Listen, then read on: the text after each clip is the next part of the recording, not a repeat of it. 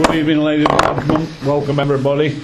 Before we start proceedings, could we have prayers, please?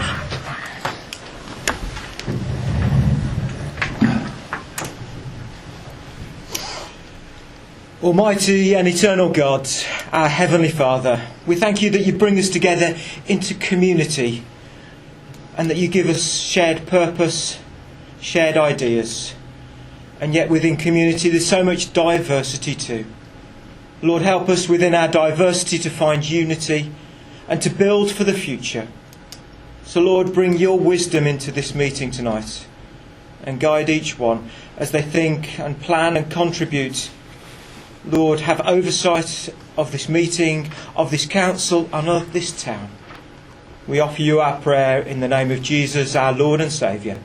Amen. Amen. Amen.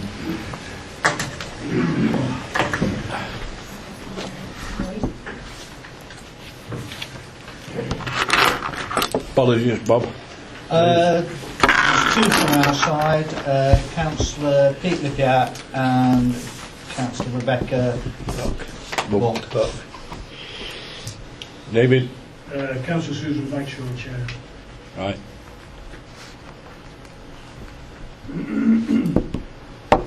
Declaration of interest. Yes, Bob.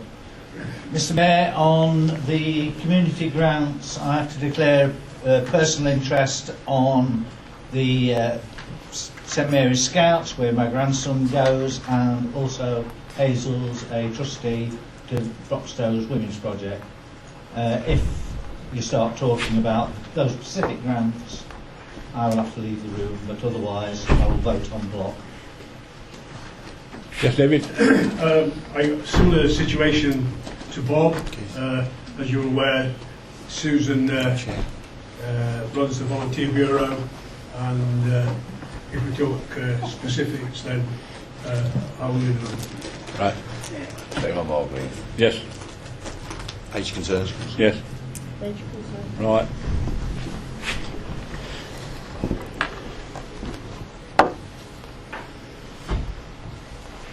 Notification of lobbying. Yes, Ken. Yeah, mobile scooters on Princess Street. Well, it's on Hopkins Court. Okay. There's a problem of where we're going to put them, where they can put them, or where they can't put them. Okay. Yeah. Anybody else?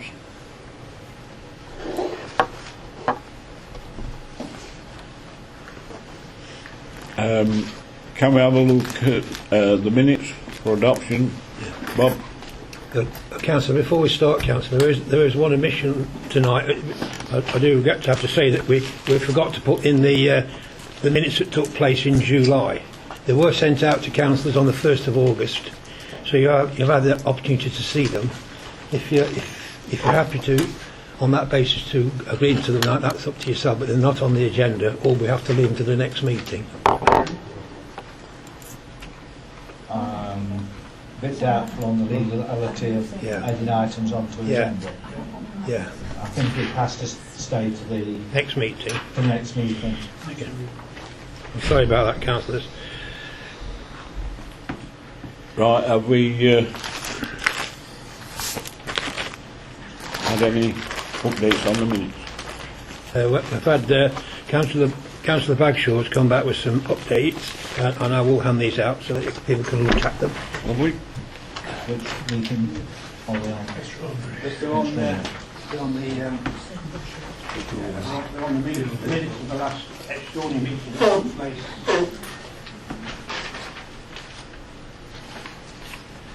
Based on in August.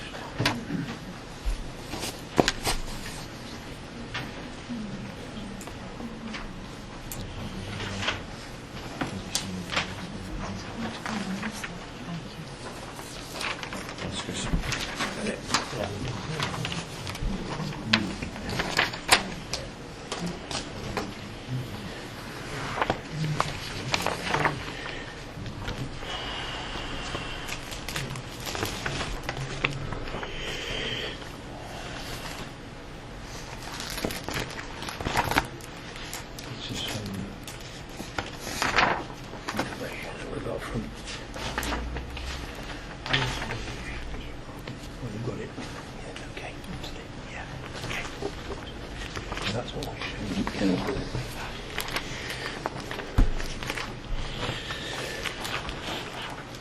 Everybody happy with the addition? Yes, David? No, we just need to go through them.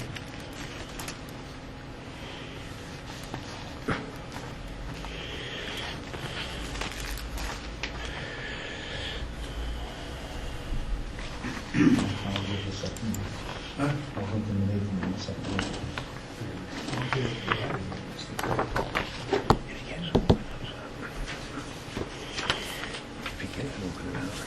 That's the way you talk to the committee about it. Yeah.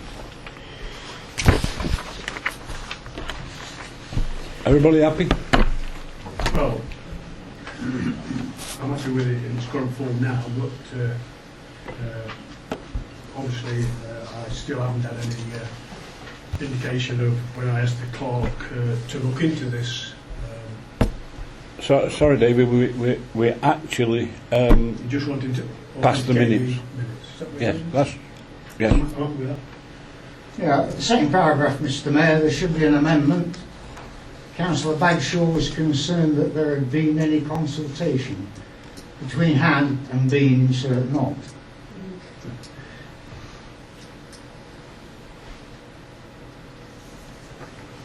New bit.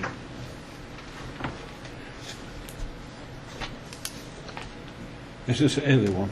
This is the only one. You say it should be. Going on Hadn't, this hadn't week. been any consultation. That's what you're saying, Councillor. Hadn't been.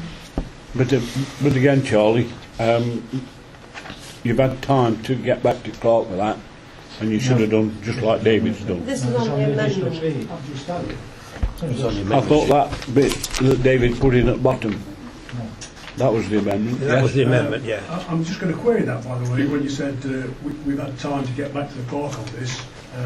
This wasn't given to me until probably a week ago. It's 3 weeks after we had the meeting. I thought minutes had to be with us within a week. Now I'm told from within the admin that they were typed, went to you, and that's as far as we know. So we didn't have these minutes to really have a good look at them, except for a week before this meeting, and then they're on a disc. Yes, Josie. Mr Mayor, the original minutes are in brief. If we took every item in detail like this, we'd have 10 pages of That's minutes. I can't support this.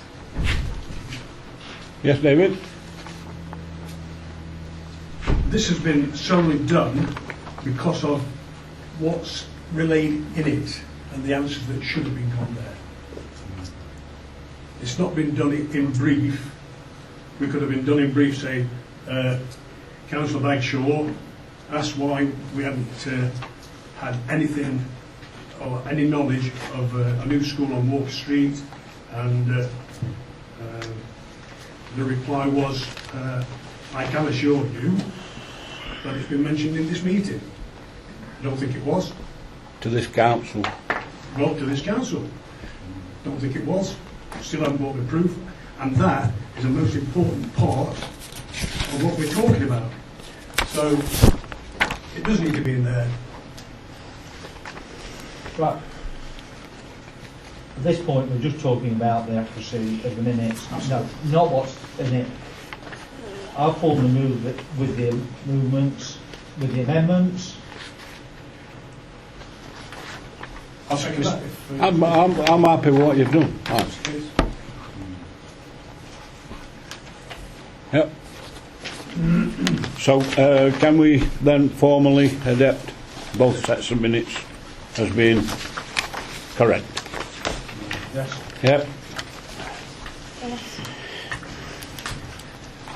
Any against? All right. Josie against.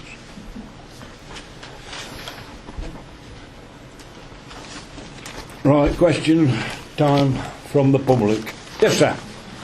Could you state your name, please? Yes, Mr Mayor. My name is Barry Sims, and I'm in the process of buying a property on Shooting Street. Right. And I wondered if you could tell me if there are any plans at all for the land that's adjacent to the property on Shooting Street. Any plans for any kind of development. What number do you live at on Tute Street? Well, I don't live there yet, but Oh, when I moved there, it was possible. 169. Yes, Bob. This gentleman came in. The site he's talking about is what was the old Mankins tip site off Chewton Street. It's my personal view that that for housing is totally unsuitable. We are at present looking on the neighbourhood plan, and it wouldn't have my backing to put housing on that particular site. Yeah, this was thrown out by the borough several years ago. I remember actually going to the lady in question, who part owns the place, and she didn't realise who I was until I'd been there a couple of minutes, and then the air turned blue and she threw me off the premises. But we did get it thrown out because of the state of that tip. No one knows where that tip actually ends. No one knows what's been put in it. Although when we got the original application, there was paperwork with it from the developers which actually killed themselves, because it did say there was mercury, arsenic, cadmium and all sorts. And there's a pond at the bottom Yeah, with a beautiful cherry tree. yeah.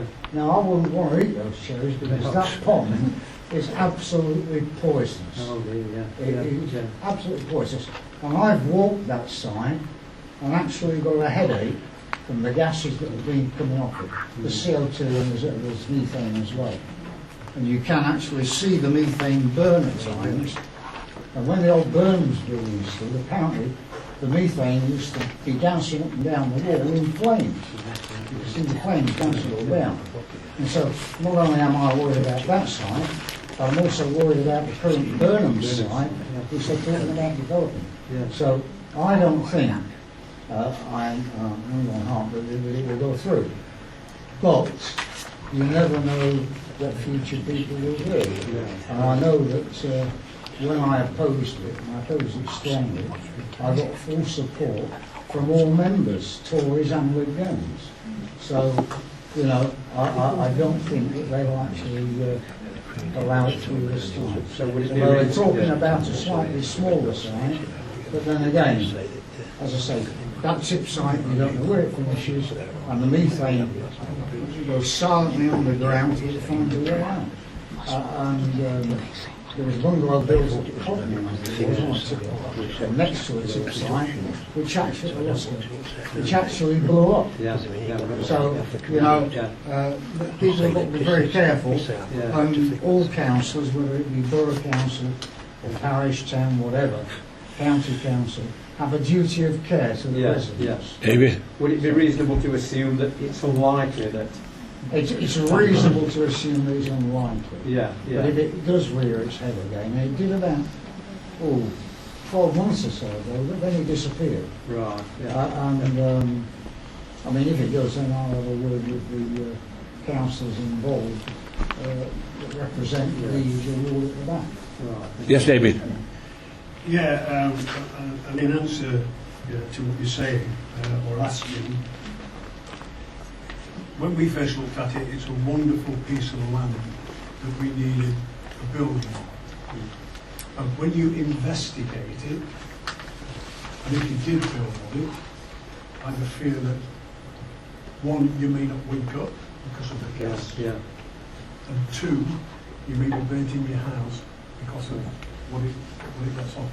Well, I suppose from So- sorry. So, although it is a lovely piece of real estate, I would definitely say I'm opposed to anything being built on there.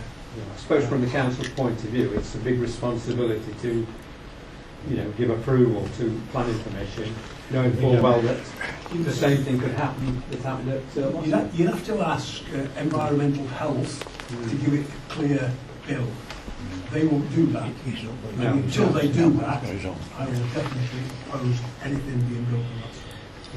Yeah. Just to answer what Councillor Ross said, I've lived there 50 years. I played on that tip by Councillor. It goes right to the bypass, up to the top of the bank. The tip did. It went to the back of the Burnham's product where the brickyard was. It went maybe 50 metres away from the lane to the left-hand side, and it was about 50 metres away from top of Seymour Road.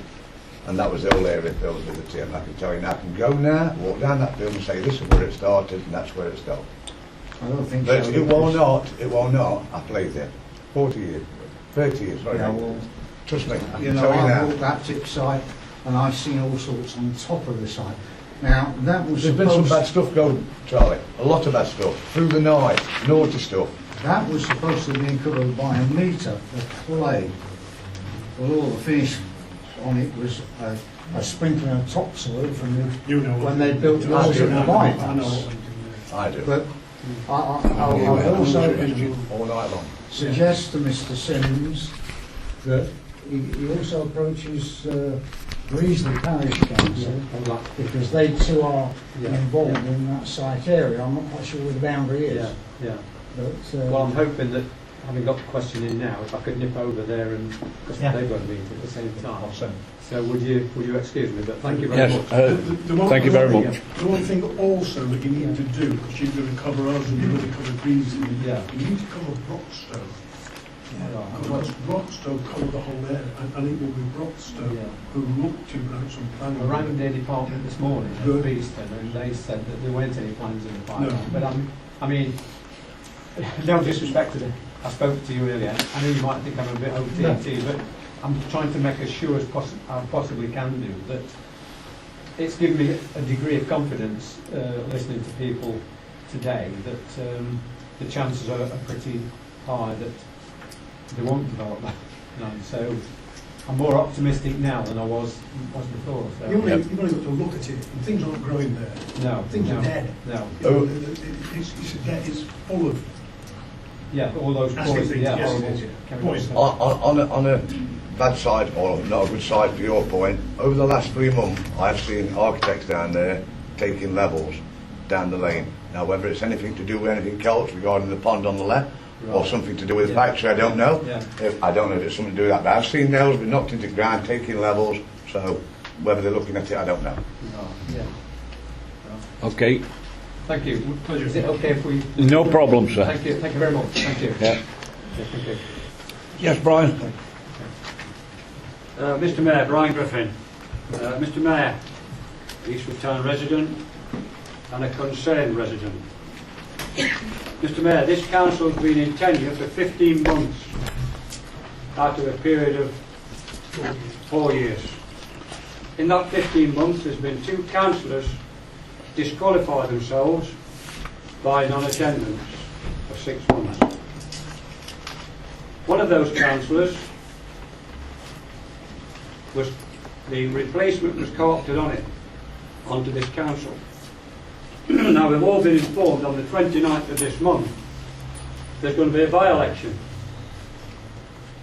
A by-election for a council within this room. The question I want to ask this is this, Mr Mayor. I fully appreciate that it's a democratic right. If someone wants to call an election, it's their democratic right to do so. But my concern is this. What is the difference between a few weeks ago you co-opted a councillor and now we're going to put Eastwood Town to the expense of between £5,000 and £10,000? Because that's how much it's going to cost for this forthcoming election. Now, Mr Mayor, I know, because I've been on this council, and I know that there are negotiation points as to how you can co-opt a council or a person or what someone wants to come onto it. But this town is going to be deprived of between £5,000 and £10,000 for an election. I question if there'll be 150 to 200 attend it. Now this is my point, Mr Mayor. If we've had 2 councillors within 15 months, and I fully appreciate that illness or whatever, it can happen again. Does that mean then that in the next, if someone else has to be replaced, Is it going to cost £8,000 again? Or are you going to bankrupt this council? I'd like some answers, Mr. Mayor, as to how this has happened.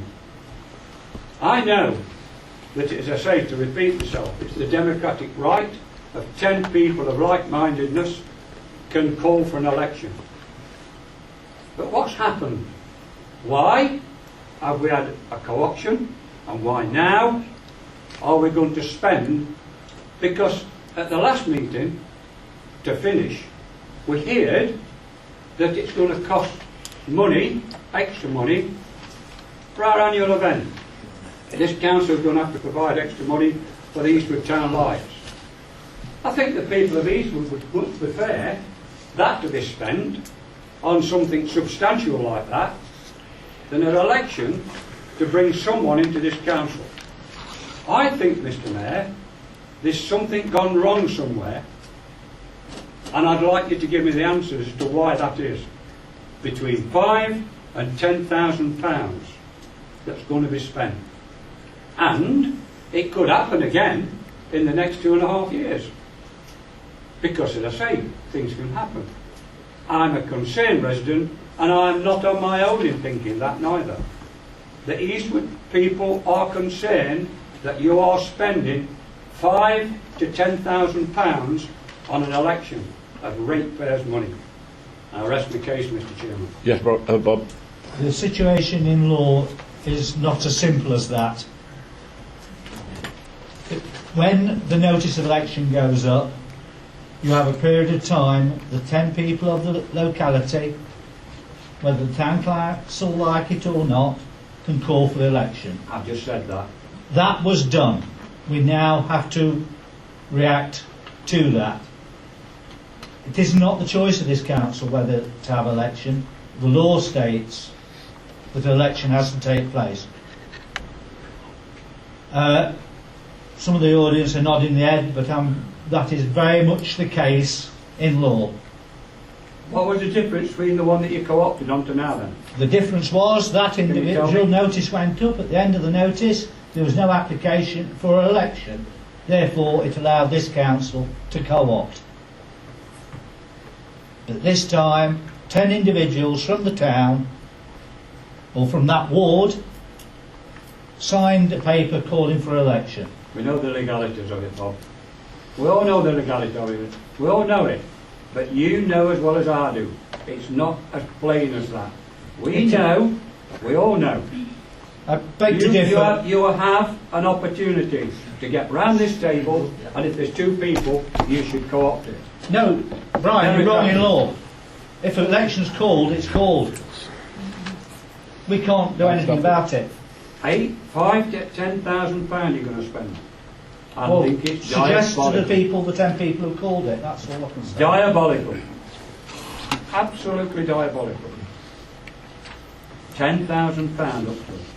And there won't be 400 people vote there. There won't. And I think you should be ashamed, really, that you've allowed it happen. We have no choice, Brian. And if you want to find the rules, regulations, I suggest you download a copy of the Local Government Act I know. as amended. Download that and read it properly and thoroughly, and you'll find that we have no choice. If there's an election called, then we are duty bound to honour that election, because it's all then done through Broxton. And one of the things that annoys me about elections is the large number of postal votes, which actually raise the amount of cash required considerably. And as far as I'm concerned, the only postal votes that people have should go to those that are But infirm. if this council then, Mr. Mayor, and I've sat down, if that happens again, has this council got suffice funds for it to happen? 1, 2, has it got? I know there's an amount of money that's always put to one side for elections. I know all about that. But this council could possibly, within the next 2.5 years, have to spend £8,000 again, or between 5 and 10. And it's not good enough. That's something we'll have to deal with if it happens. Yes, David. Yeah, thank you, Chair. I'm just going to make a point because I think it's an important point to address what's just been said. After the meeting, when we actually stood outside and we were discussing things that could happen and should we look to a by-election and who would be the person to be nominated, one person immediately came to me and said, put my name on that list. Yes. Now he's saying, what's all this about? He But- wanted to put his name on the list as Yes. one of the 10 people. But not to ask let me £10,000. finish. As one of the 10 people that I didn't supported put my this name by-election. And My that name was wasn't Brian on it. Griffin. My name wasn't on it. It wasn't on it, no, but you offered. No. You I'm said to saying me, you, put my you name on have that spent list. £5,000 to £10,000 on an election. Well, I agree, but you were well up for it when we went out there. Put my Can name on the list. we get back to the meeting, please? As far as I'm concerned, Brian, I do believe your question has been answered. We cannot do nothing other than follow the legal procedure. All right? So there's an election now, and that's the end of it. All right? Not good enough. Yes, Colin. Can you just clarify one thing, Mr. Mayor? Yes. Are you talking about 10 members of the public signatures or 10 councillors? It's immaterial. Is it? Yes. Yes. Oh, I didn't know that. Yes. And then I've got another trivial question to ask you. Both David and Ken, and yourself, I think, you've been trying to get that lawnmower man down the allotments to use a grass box for 2 years, and he just will not use it. It leaves more mess than he leaves it in a bigger mess than when he gets there. And I know for a fact David's asked him several times to put that grass box on. I've already agreed what we're going to do next year. And I think the answer was it will cost me extra if I put the box on. We've already made a decision what we're going to do next year. New time. That's a meeting we had 2 months ago. We did discuss this matter, and it was decided that next year we're going to look at things in a different light. We're looking at buying our own mower and dealing with it that way. Well, you're not getting value for money as you stand now. Well, that's what we're looking at for next year. I know the rates are going up, the rents are going up a fiver, but it don't warrant it for the long run. Are you happy with that, Colin? Yeah, put weed killer on it for me. Anybody else? Yes, sir. Madam, sorry. No, I'm looking. Yes, you both stand up if you wish. Right. We're residents of Princess Street. Yes. And we have a few concerns. Basically, we want to ask what you know of what is going on. What you're actually aware of the antisocial behaviour that's happening down there. Anything. We're new to this, so we do apologise. You know, we work full time. We've got young children. I've got 3 young children. I work full time. Work for Trent Barton. Vicky's a carer in the community. I'm also She's an undertaker, and I've got an autistic child as well. So obviously, I know. I'd just like to know what you actually, because I was told when I first went to, when I got my house on Princess Street, I was made to go to an antisocial behaviour interview to check I was suitable to live on that street, which I felt I was knocked to a pummel by doing. You know, fair enough, I understand that you've said that the trouble has calmed down on there significantly. There hasn't had to be any police visits or anything. But I can assure you, I stand here now and tell you that there is racial, drugs, threatening the lot. Can I just stop you there, because we've got a gentleman here tonight, Inspector Ragg, right, and he covers all Brockstock, and Maybe he can answer why it took them 4 days to come out to someone being threatened with a knife Well, and racial abuse. Ladies, I think I hear what you say, and I'm in very much sympathy with what you say, because you're right. But you have the opportunity shortly to ask Inspector Ragg and tell the these answers. questions. Yeah, that's fine. Like we say, we're new to this. We don't know how No, this works. that's absolutely You know, and fine. we apologise if we've But come you're across here. short, but you need to understand. The inspector's here. You have a great opportunity Yes. now to ask those questions of the law. We're not like some of the people on there who sit in the dramas all day long on the doorstep Agreed. doing what they do. We Yeah, go yeah. out from 7 o'clock in the morning. An hour ago I walked in my house, you know, put the kids' tea on, put one of them to bed, and I've rushed up here to get my point across. And I've only lived down there since October. That's fine. Ask. Yeah, that's You'll fine. have the opportunity to ask him when it comes up, and do ask your questions. Yeah. And- Can I also and- ask about And do ask for the answers, boxes by the way. as well that are on the street? Do we need the planters on the street because they are the target of antisocial behaviour, where they sit outside? I think again, that can come, Oh, I thought that was a council issue with the It is. council. It's a Yeah. borough council, Yeah. but personally, I don't think they do. Right, If you're okay. asking me, Yeah. personally, I don't know why we need the damn trees down there, because it blocks the cameras. Oh, yes, That's Particularly the when next they question. leave. Do those Yeah. And cameras work? I've asked for some of those trees to be chopped down, but hey, I'm Do a those voice. cameras work? Yes. Yes. But they only see what they want to see then, because we get a lot of motorbikes going up and down that are pinched and... Have a word Yeah. with him, Right, okay. and then after the meeting, come and have a word, we'll sit down, Right, and, okay. and I'll take it back to Broxton. Yeah, that's Fine, okay. thank you. yes, Ken. I've been involved in Princess Street for quite a long while, a hell of a long while. I know what the problems are down here. I keep getting phone call after phone call, and I go to attend these phone calls when people want me. And I go try and sort the problems out, and I pass these on to Broxton, and I pass them on to the housing department as well.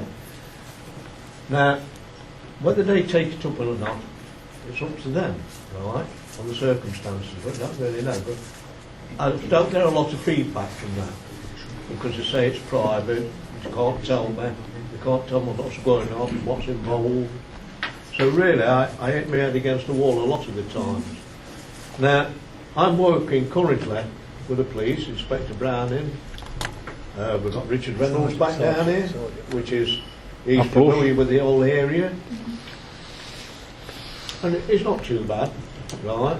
We know he has his ups and downs, we know he gets up to things like, you know what I mean? But it's not too bad. But as I say, I'm involved behind the Browning, and I'm involved with the team as well, the police team as well. And we are aware of what is going off down there. And believe you me, in a short while, you may see a lot of action going off down there. But it's not the sort of thing where you expect the police there straight away. You have to wait, because It's like the police are frightened to come no, on they there. have to investigate it. The police, can I just say, when I lived on there, the police were actually chased off by a gang of boys. Police weren't from this area, but they were chased off by a gang of the older lads. What does that show them? If the police have run off the street. But that's all altering, I can assure you. It's The all housing officer altering. has agreed to go round and see the people that are causing the antisocial behaviour, but she's frightened. Yes, Josie. She's got to be escorted by the police because she's frightened to go into a certain property. It's repercussions all the time, that's what... Yes, Josie. And we're facing those Josie. repercussions. Yeah, houses be like smashed in. For the young ladies over there, I've been recently dealing with one or two incidents down there with the council, and it's imperative you keep a diary. I've been given one. Yeah. You've been given a Yeah. diary. There's only so much you can take. I know, and I do sympathise with you, but on checking with Broxton, they haven't got the reports. They haven't got the figures to counteract the claims I was hitting them with. And the same with the police. When we did, David was with us because we're both ward councillors for that area.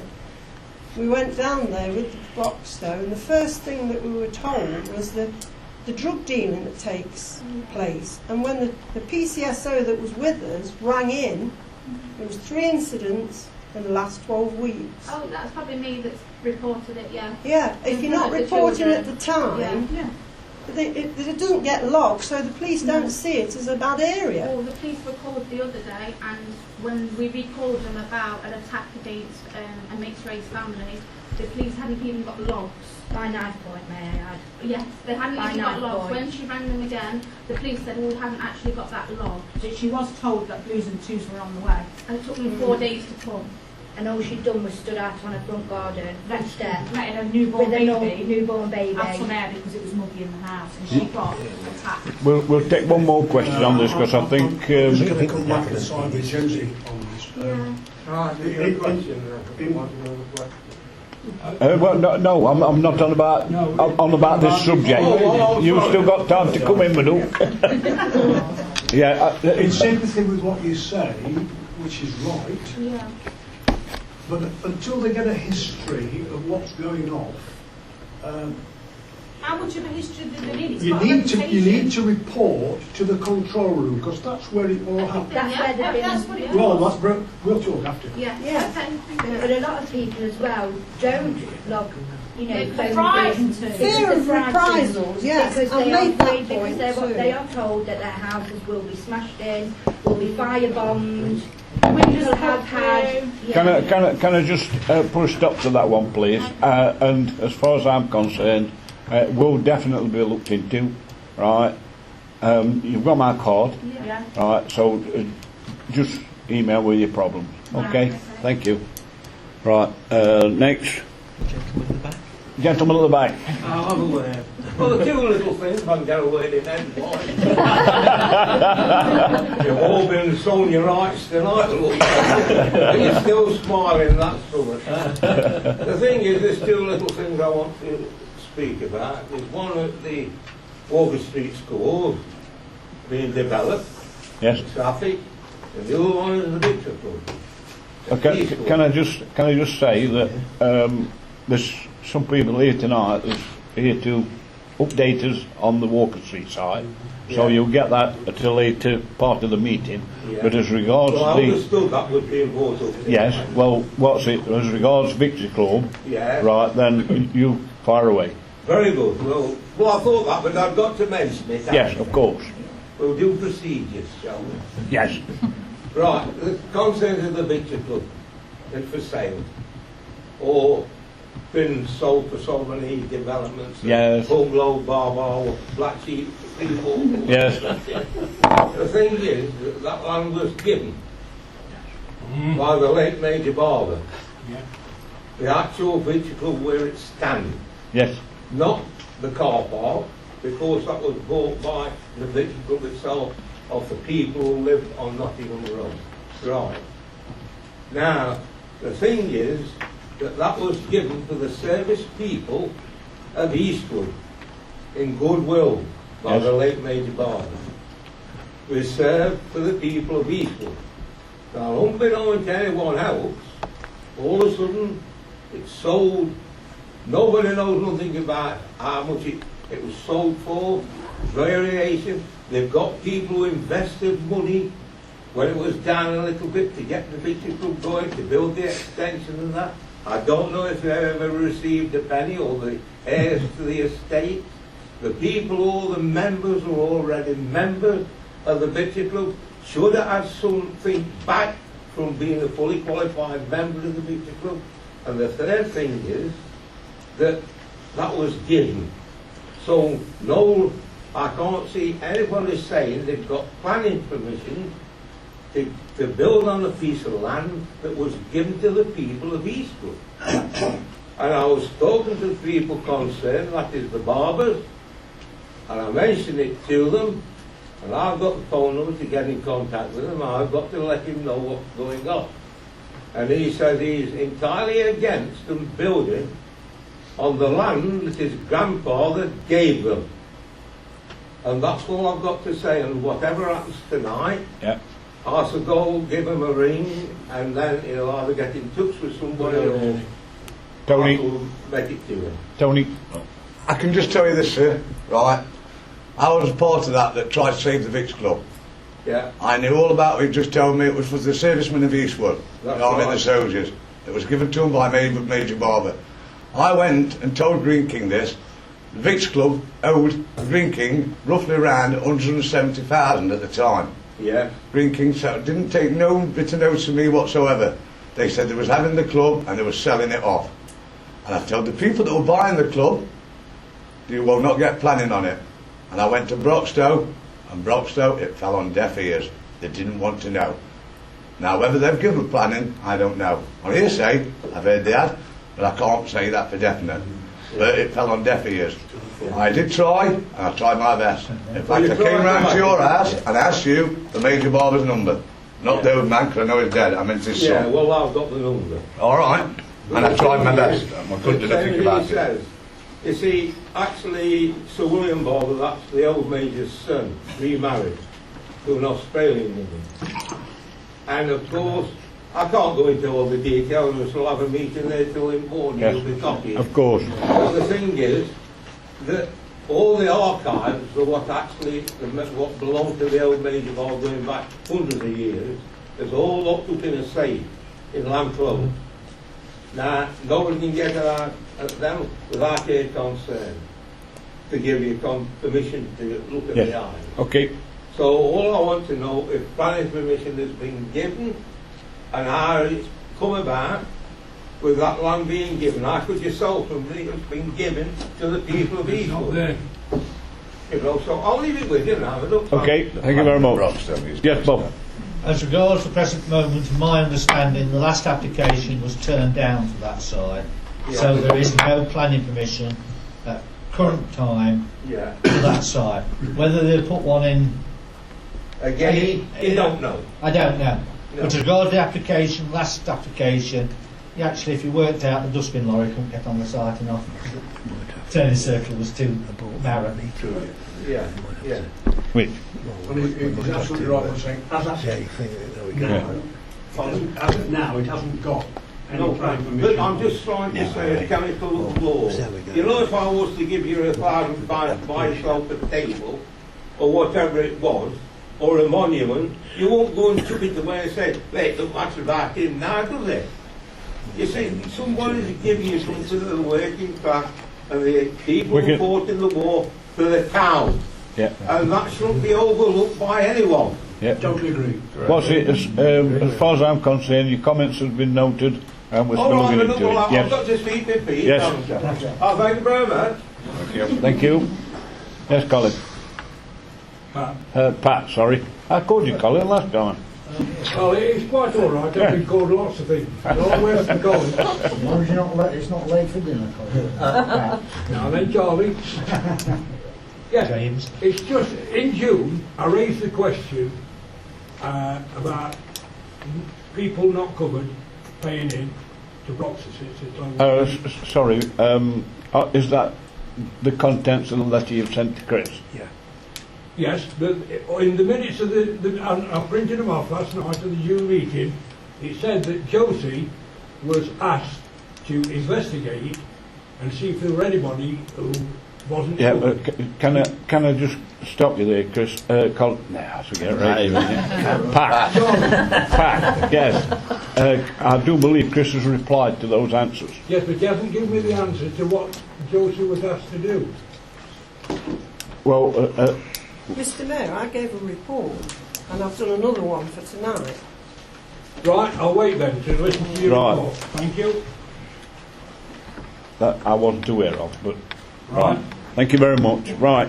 You got one question. Pardon? Brian's got a question for you. Oh, sorry, Brian. Oh, you're all right. No, you usually first up. What's up? I have to be very quiet. When money's being thrown about, I don't like the idea. Anyway, just a short little bit on this election.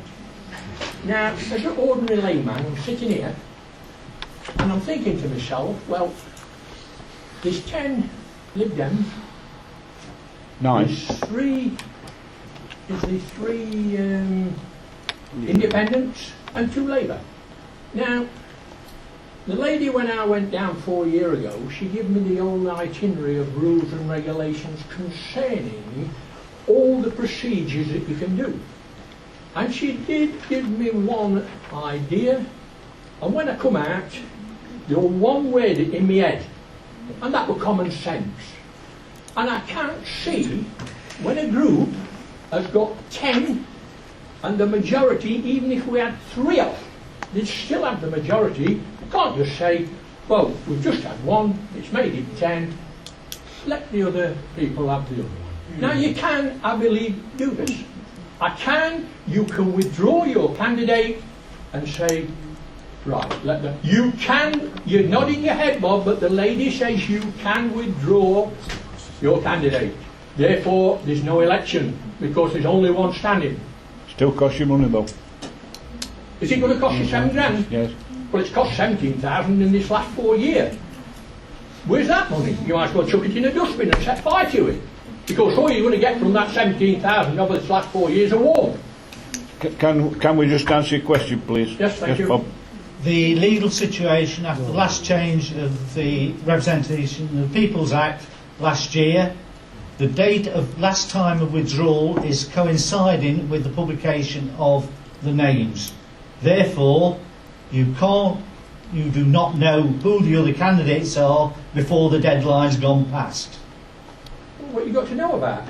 You don't know whether there's one candidate or two candidates until the publication of the notice, by which time it is too late to withdraw any candidate.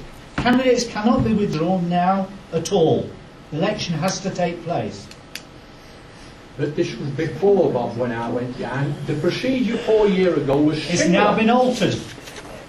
Okay, right, thank you. That's answered that question. Now, I've got another question to that. We seem to be having a lot of changes, and I'm referring to you as leader of the majority party, Mr. Charlesworth. We seem, every time some paper comes out, there's alteration in the rules and regulations. The last one we read about, you can't pop in off the town and see the clerk, you've got to make a special, to go in and make a special appointment with him. So you have to come back and go home. You can't send a third party in to someone that's desperately ill in bed and asks you a question. You can't bring it to the council to them, because that's third party. Now, we're getting a lot of these things come up. Now, one thing that you had about 3, 4, 5 months ago, you made a rule, and you all passed it unanimously, that any questions put to the clerk by any member of the public would automatically be emailed or mailed to every councillor. Now, that's all right if you're going to abide by the rules. But, Mr. Charlesworth, you didn't abide by the rules. Because I've got a paper here that was put in plenty of time before it should have came up. And on the night it should have been read out, I asked for that paper back. And it wasn't in this room. But Brian, can you stop there, please? We've got a lot on the agenda, and I do believe... I do believe you've had your answer on that question previously. What question? What you're asking now. No, I've still not found the answer where it went.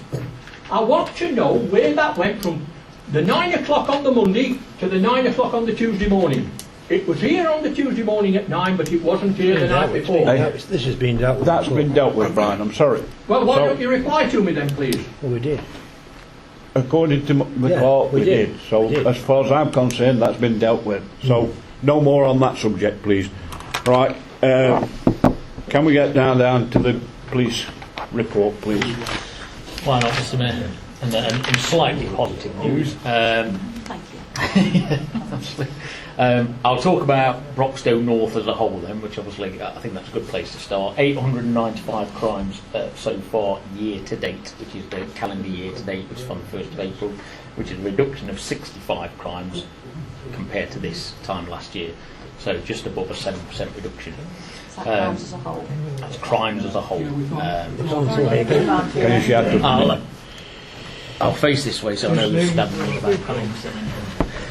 To be honest, I think you've got The room system and the mics are on quite loud. I'll start again then with regards to those binary figures and the statistical data. So I talk of Broxtowe North as a whole then. Broxtowe North as a whole has had 895 crimes since the 1st of April, financial calendar year to go from, which is a reduction of 65 crimes over the same period, which is a decrease of just over 7%.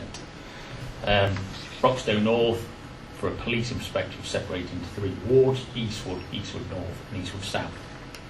Deal with Eastwood to start with. All crime across Eastwood, which is that particular ward, is 358 crimes, which is a reduction of 39 crimes, near 10%. The key crime types in that particular ward are burglary, non-dwelling, so commercial burglaries or shed burglaries and the like, and shoplifting. Shoplifting has seen 88 offences of shoplifting, which is quite substantial, albeit not a considerable rise, shall we say. There's no drugs or anything mentioned there, obviously drug Do you dealing. mind if I Oh, just yeah. carry on? I'll Yeah. quite happily come to any questions Yeah. after, no problem. Eastwood North, 224 crimes, which is a reduction of 20, just greater than an 8% reduction. Again, the key crime types there are burglary, non-dwelling, which is commercials and sheds, and again, shoplifting sticks out left there, so quite similar. Eastwood South has only seen a reduction of 6 crimes, which is practically the same, stagnant in that respect. Key crime types there, burglary, both dwelling and commercial, and sheds, and large spikes in antisocial behaviour. So a lot of those burglaries that I spoke about there can be put down to one person who will remain nameless for the obvious reasons, and who has now been charged and put in prison. So hopefully, as you can see there, it's a considerable reduction of crime across Buxton North in its totality since the 1st of April. Anybody that doesn't know me, I've been in post since the 1st of February this year, so a lot of the legacies of the past and the like, which I don't necessarily have answers for, but anybody that wants to talk to me about anything current and recent, hopefully I'll have the answers for you. So again, back to you, Mr. Mayor. Right, there's just one question that I've got that will interest everybody, and that is regarding the speeding. The Walk Street one that you got. Yes, how far have you got on this? Our greatest problem is obviously resources. I don't need to Yes, educate you but I on mean, as something. regards your applications on what are you waiting for? I won't go into detail. You can't. Again, because of the public side. Oh, of it, sorry. so Yeah. Let's just. Sorry. It's ongoing. All right. So, yes, Ken? Can I ask you how much reduction you've got in the police in Eastwood at the moment? quite a lot. Quite No a lot. secrets with regards to the police undertook a PCSO, Police Community Support Officer, redundancy process in the middle of last year. That had a considerable reduction across the force, and in essence a 25% reduction in PCSOs. So how do you hope to solve the problems what we've got with the reduction, what we've got when you A lot solve of the time that is just about working smarter and working more effective. I won't say that we've solved all the problems. Clearly we're going in the right direction. A 7.2% reduction in crime so far this year is not a bad thing, and it's 65 fewer victims of crime across there. So, for instance, I've supplemented the staff here with Richard Reynolds. So Richard Reynolds has come back up. So because I've got the autonomy around Broxtowe district now, it allows me to manipulate my staff as and where I need to put my staff. So I'm not afraid to move person A up to Eastwood or vice versa should I need to take that person back down to Broxtowe South. There's a variety of different means in which we can do it. Some of the tools I'll talk about, particularly with Princess Street. Police aren't always the lead agency, and you know that we're co-located down at Foster Avenue, and there's a number of agencies that can get involved to try and resolve those issues. Is it true that you're not actually manning the station in Eastwood? No. What do you mean by, as in a front counter? No. Never anybody there at all. It's a 24/7 station. Yeah, phone.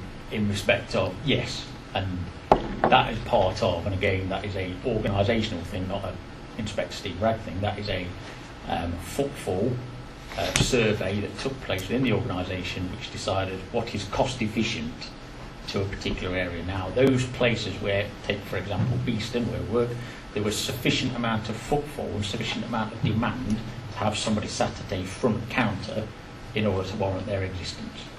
At Eastwood, that was not the case. So therefore, those services were withdrawn. Can I just clarify what you're saying there? Are you saying about police officers? Yeah. He's talking about police officers. Police officers work there any time between 7 a.m. and 1 a.m. So 1 a.m. and 1 a.m. Does anybody answer the door?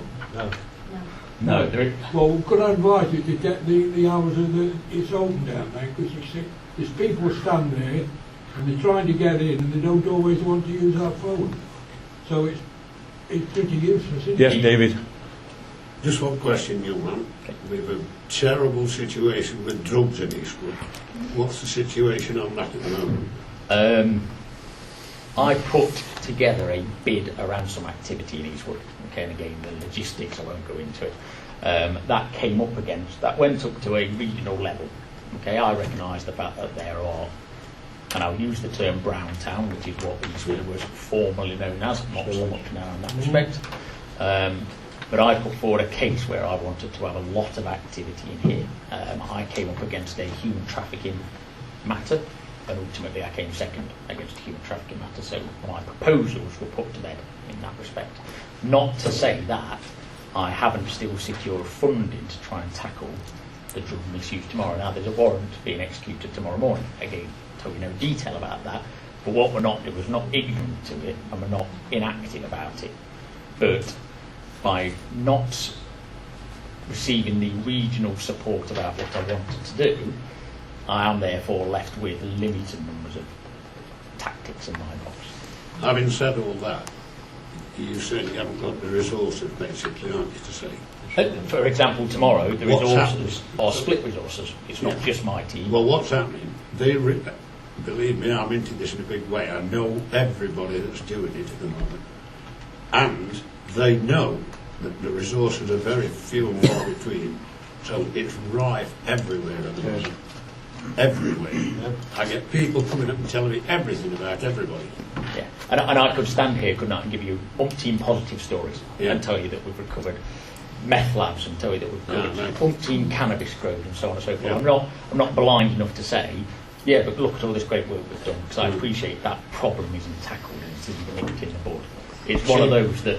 Having said all that, that doesn't reassure the public one bit. No, but They need to see... You need to be reporting to the police. It is, yeah, some of it is, and well, I'm sure... I do report it to the Yes, police. I'm on about, not just you, Dave, I'm on about... But what you report to the police doesn't necessarily mean that we are successful in finding drugs. I'm not Or, saying for that, example, you might give the police a generic piece of intelligence that when we look at it, we go, well, we can't do anything with that. Sometimes it's pen on paper. Yeah. And something I would discuss with the ladies at Princeton Street is pen on paper and evidence is one thing. Telling us Hard about evidence. something is a completely different thing. Because that is hard evidence. That's something I can go to court with. That is a piece of intelligence. That is a piece of information that I can try and manipulate and work into something, or it's completely useless. We need to talk, my friend. That's fine. Big job. Yeah, you need to talk with the ladies as well. I'll put in pen to paper, because when it actually goes to court and we kicked up the backside with a, this probation order or this, that and the other, it's a single woman with a little child in her house. What happens to their house? Smash windows, threats, go out on the front and they're threatened by people walking by, glass bottles thrown at the house. You want pen to paper, then give the people of Princes Street the confidence back in the police that you are going to do something.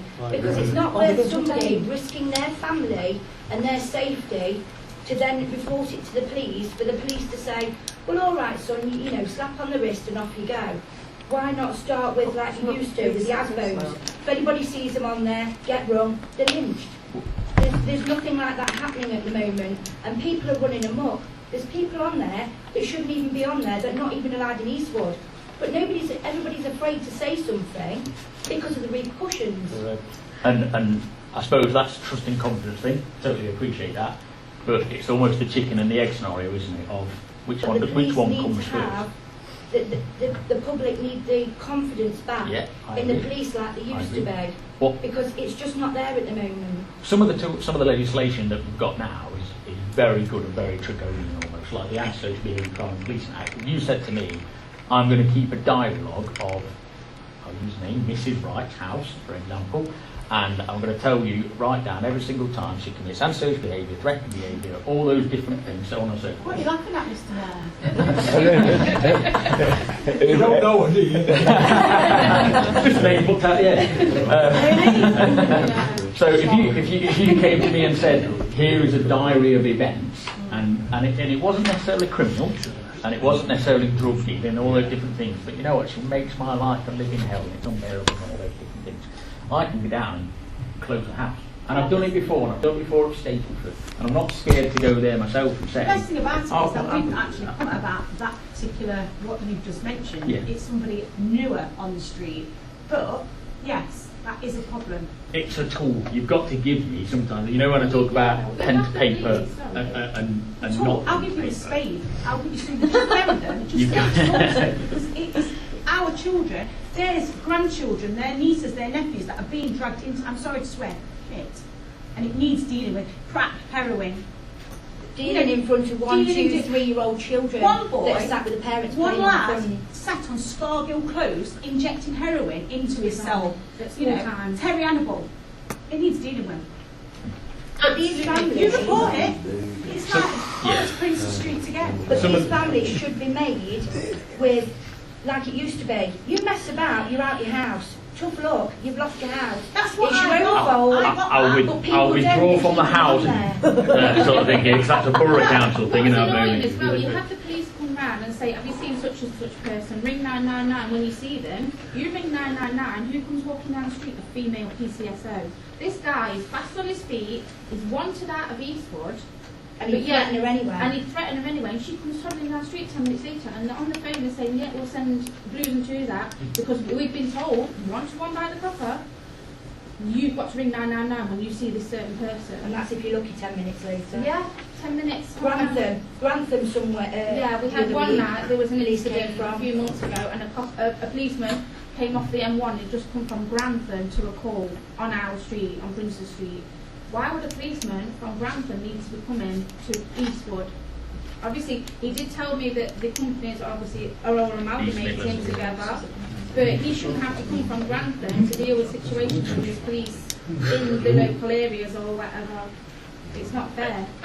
And I won't go into individual cases, for example. No. There's no point me going We trying to find out who that just for a officer cat is. fight of all things, but yeah, it takes 4 days to come for somebody's been threatened to have their house and their husband died.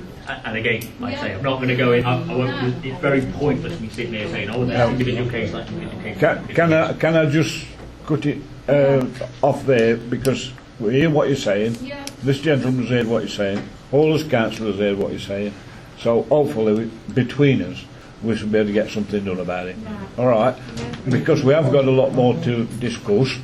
Right, and we could go on all night. I'm saying. Mr. Mayor. I'll end that with, I'm really keen for you to give me the information and evidence for me to go and slap a closure order on a house on Princess Street. But regrettably, falls in your court there, That's what But I'm- we're with the council. but I'm happy to do that. The council officers I'll scared back of to herself, yeah. Yes, David. Yeah, thank you, Chair. I just read in the local paper that Paddy Ticker, the Police Commissioner, has decided that in January and during next year that they are going to Recruit. employ more police officers. 60. We've just got rid of a load, and redundancy and God knows what, and now the time. So, well, like I say, Inspector, will you be in there with a quota and asking for more of these people in Eastwood? Train them in Eastwood. I do get them probably up every around week, here, Dave. train them, tell them what to look for. I do probably every week. I'm already under establishment. That's probably no surprise, in essence, around what the force structure Right, is Jack, like. let's have to go. All right, my love. Yes, Ken. Just a quick one to the inspector. Are you really familiar with our area? Yeah, as much as I can be. What you've got to respect is What I've been here experience since have you got? February, haven't I? And I'm not going to sit here and say, yeah, I know it inside and Yeah, but out. what experience have you got within our area? I've worked To Broxton be since quite honest, 2000. Ken, can I just step in there? This gentleman is the inspector of Broxton. yes. It's Andy Browning is the one that you should be asking that Well, I question deal to. with Andy Browning. I know you do, and that's what I'm saying. He's the man for Eastwood, not this gentleman. He is overall, right, but he shouldn't be able to stick him into a question like that. It's Andy It's very Browning. good of him to give his time. Quite It happy is. to answer that. Quite happy to answer the question. An inspector sits at a strategic perspective, doesn't he? He isn't expected Yes. to know what's happening on that street, what's happening on that street, and so on and so forth. That's not my role. My role is to say, this is what our strategic priorities are, and this is how we're going to deliver them. I then expect Andy and the team at Broxton North to go and deliver those priorities. Not for me to go and do it. Shake your head all you like. If you think an inspector needs to be somewhat more amalgamated into the team, well, that is surely to the detriment of the rest of Broxton. But at least you're willing to come to the meetings which also highlight these things so you can see it for yourself, which is most important. Very much so. Thank you very much, Andy. Thank you. Hopefully with Steve. Just have it down. Stevie. Stevie. It clearly calls anybody anything. I think we'll have badge names. I was going to say, you know me. Absolutely. Right, as far as I'm concerned, you've been here tonight and answered your No, questions. So you can stop for the rest of the meeting if you wish. I suspect I won't. Yeah, exactly. Or you can leave. Yes, yeah, I'll just have a minute. Your question was I don't know the time. Don't get overtime. We're out the goodness of the heart. You can't really say it. No. It would appear, Mr Mayor, that Eastwood needs the equivalent of the Craig twins. Definitely. They kept more law and order than all the Met Police.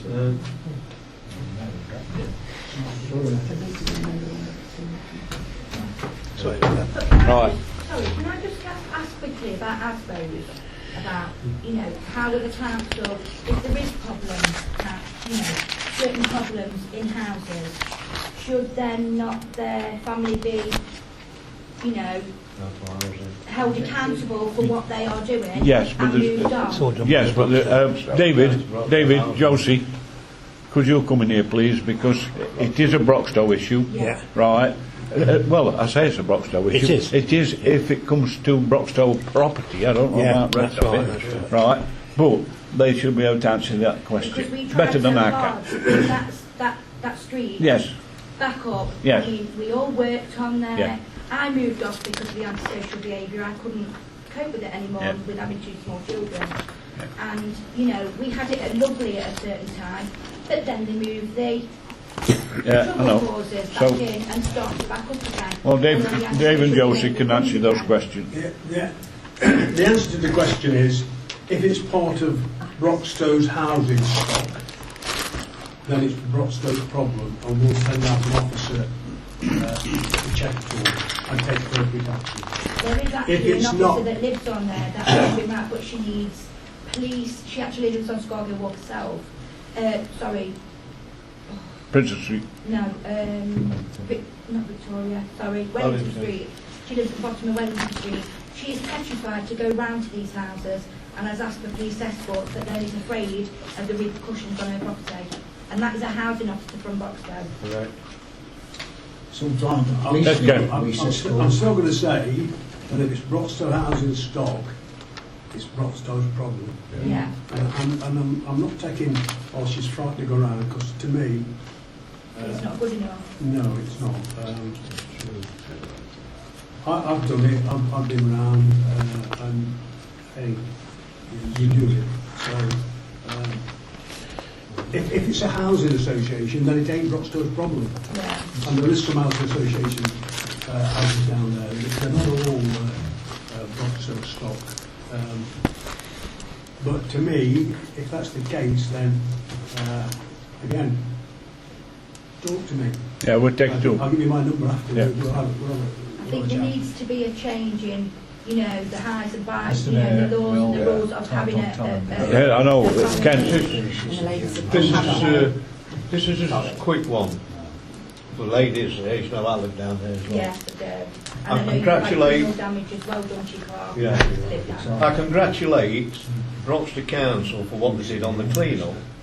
They did a fantastic job. But I tell you what, you want to go down there now, it's just as bad again. And that is after all the expense Well, the you- Broxton Council input, it's just as bad again, that Yeah, area. you've said that in council previously, Ken. Right. I'll say it again. Yes, right, because we're late. Right. Could we have the ladies from County Council give us an update of what they've come for? Please? Should we introduce ourselves? Yes, please. Yeah, hello, my name's Rebecca Croxton. I work in Nottinghamshire County Council in the Adult Social Care, Health and Public Protection Department.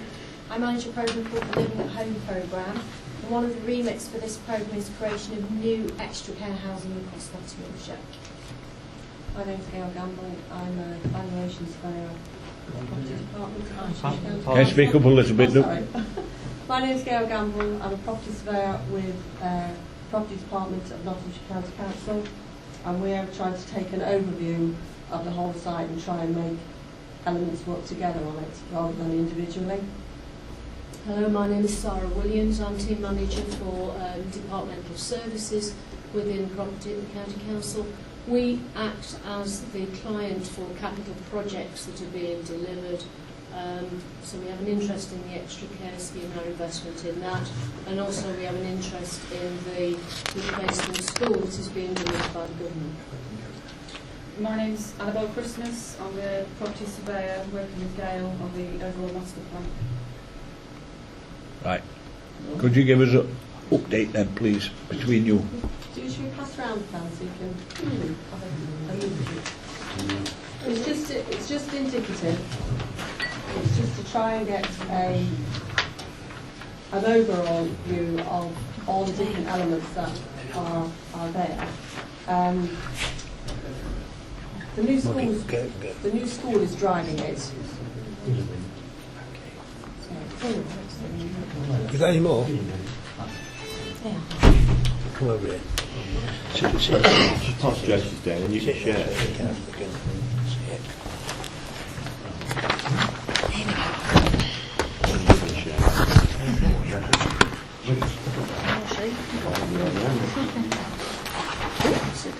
Sorry. See, that's the only thing that's secret envelopes. That's it going off. Right. You need to replace the Lincroft primary with a new school. Zara probably talk us through that. Yeah, fine. We bid as a county council for something like 43 replacement schools into the government's priority schools building programme some years ago. We were the most successful local authority because we had 13 schemes were successful out of that, one of which is Lincroft. The projects are being delivered by the Education Funding Agency, which is the Department for Education's capital arm, if you like. So they're delivering it, and they have a pot of money. Can you listen, please? They have a pot of Have money one meeting. and a programme. They have a pot of money and a programme in which they can deliver this. It's fair to say of the 13 other projects, all but one, plus Lincroft now, have been delivered and completed. The replacement of Lincroft was giving the Education Funding Agency some serious headaches, because actually when they got onto site they realised that they couldn't replace the school on the existing site without partially demolishing the school and putting temporary accommodation. There was basically going to be a lot of disruption if they had to go down that route, and also a lot of extra expense. So they were getting to the stage after 2 years, and also one of the contractors withdrawing from the scheme to say that they might not be able to deliver it. So we've been working closely with the Education Funding Agency on all these projects to support the successful delivery. And clearly we were very anxious. So around about Easter of this year, and we knew we'd got a tight timeline that these have got to be delivered, completed by the end of next year. We thought holistically within the team and said, is there anything we can do? Now we'd also got some issues regarding the extra care site we knew were happening, and Rebecca will talk to you about that. So we took a very rapid decision to say, can we think about replanning this site? We have 2 schemes here at the minute that weren't going anywhere. We were in the risk of losing a school, and we had an extra care scheme that wasn't happening either. So we took a very fast decision, talked to some key council members, some leaders of various departments, and actually talked about offering part of the extra care site to the Education Funding Agency to put the new school on. So that's basically the background to why we got to where we did. And Can we come in? Or I would have been better to leave it to end. Think about it. I'll go on then. Yeah. We understand what you're saying, quite evidently what you're saying there. I'm bouncing around now somewhere. Sorry. But our concern was that we learned of this development because we thought it was an extra care and so many bungalows, etc., etc. And I think we've gone through all that. Suddenly, as somebody related to me, it's like an 8th Christie novel, and on the last page it's totally different. But nobody bothers to tell us. We're Eastwood Council. It's about, and people came up to me and said, "What's happening?" I said, "The tractor driver or the bulldozer driver tells me there's going to be no school." So the bulldozer driver actually told me. But he shouldn't have done, but he did do. God bless him. And one or two others. Never ever did it come out from Nottingham County Council. I talked to Philip Owen on a planning committee meeting, and I walked in the members' room and I said, while we're talking, we're talking about another site. Philip Owen was, we should talk to the people and get the people's response. And I said, we're doing nothing Eastwood, mate. We've got a people's response. We've got 80 care bungalows for people over 60, whatever it was, 50 or 60. We've got a nice care home here. We've knocked Mobile Court down to make way for it. And suddenly, it's not going to be used for that. I can only in terms of defence of that, can only say, A, it's not our scheme to deliver. It's the Education Funding Agency. We had to work within some very tight commercial guidance that they were giving us in terms of what we're doing. And also, we literally did this in a matter of 2-3 weeks. It happened in the end. We went to an emergency decision with the Chief Executive. I don't think it's very hard to pick a phone up. It took you 2 or 3 weeks. It takes 2 or 3 minutes to pick a phone up and say, can I let you know that we are going to redo this plan? It's not really what you thought it was, rather than being kept in the dark. I hate being looking at. That's how you treat us, and I'm not happy about that. I take your point. I'm a Muslim at the minute, because I'm not seeing all these and I just don't know what's happening. Thanks, Paul. Well, thank you.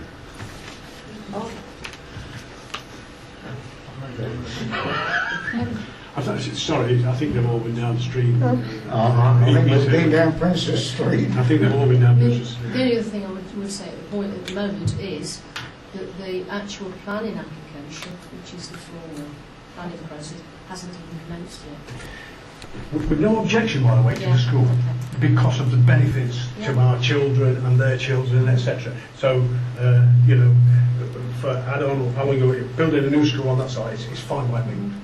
It's just a lack of knowledge where you, as I say, you know what they do with mushrooms, they keep them in the dark, more condoms have been applied with.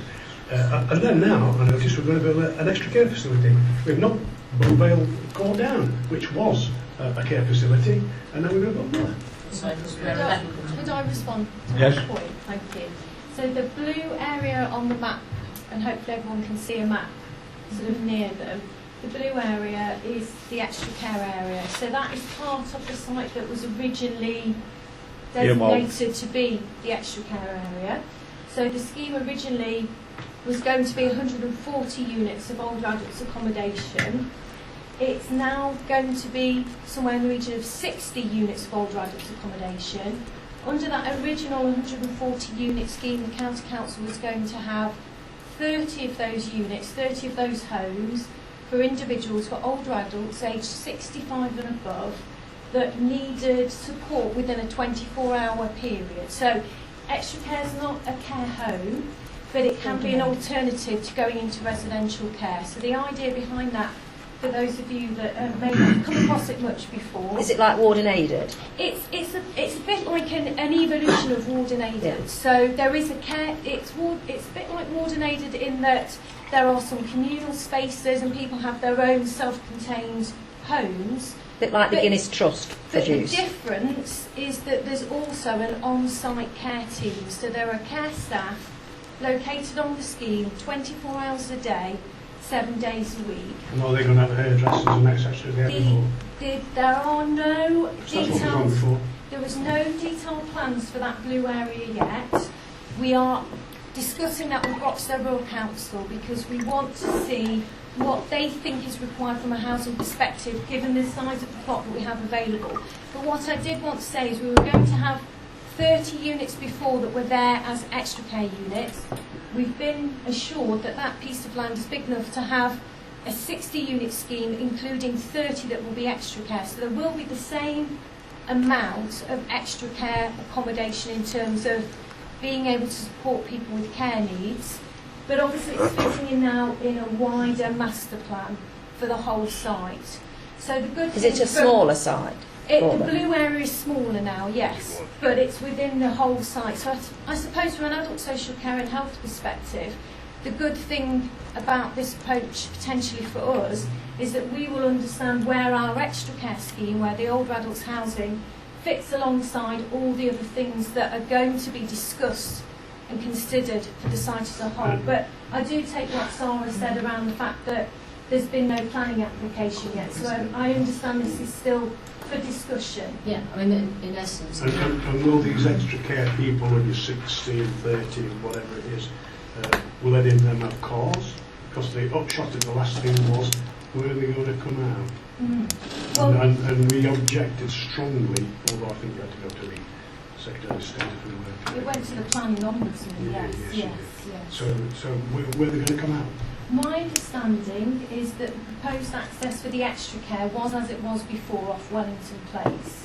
And I know we did submit some information to, I think we came to this meeting a couple of years ago and talked about car usage and brought along some information to show that actually there are, within extra care schemes, there aren't typically high numbers of drivers because we are talking about individuals later in life, many of whom don't drive. So although there are parking spaces provided in line with planning guidance for older adults housing, it's not a scheme that will generate a vast amount of traffic in itself. And as mentioned also, the extra care scheme where it's located at the moment in the blue area is on the site of the former Beauvale Court, which was a residential care home and I understand would have had family coming and going and would have had care staff. So there would have already been some traffic there, but the extra care scheme shouldn't generate a lot more than that. We have provided information before about car usage expectations. Well, Beauvale created quite a lot of car traffic.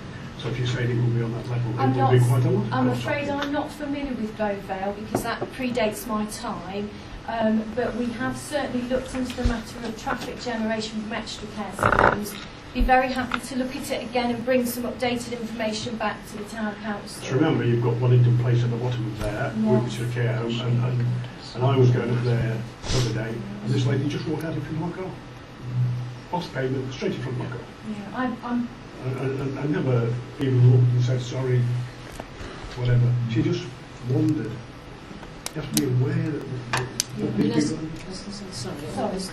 In essence, again, there'd have to be a separate planning application. That's not what we're consulting on. But the planning applications will go through yourselves, won't it? I'm not sure. Planning applications are through Broxton Borough Council. That one isn't, the school one. The school one, but the extra care one. Yes. It doesn't come yet. No, it hasn't come Somebody yet. told me it's gone to Broxton. I can assure the town council I'm afraid there's no detail yet about the extra care. We're in many respects needing to start again. We've got a slightly smaller site now.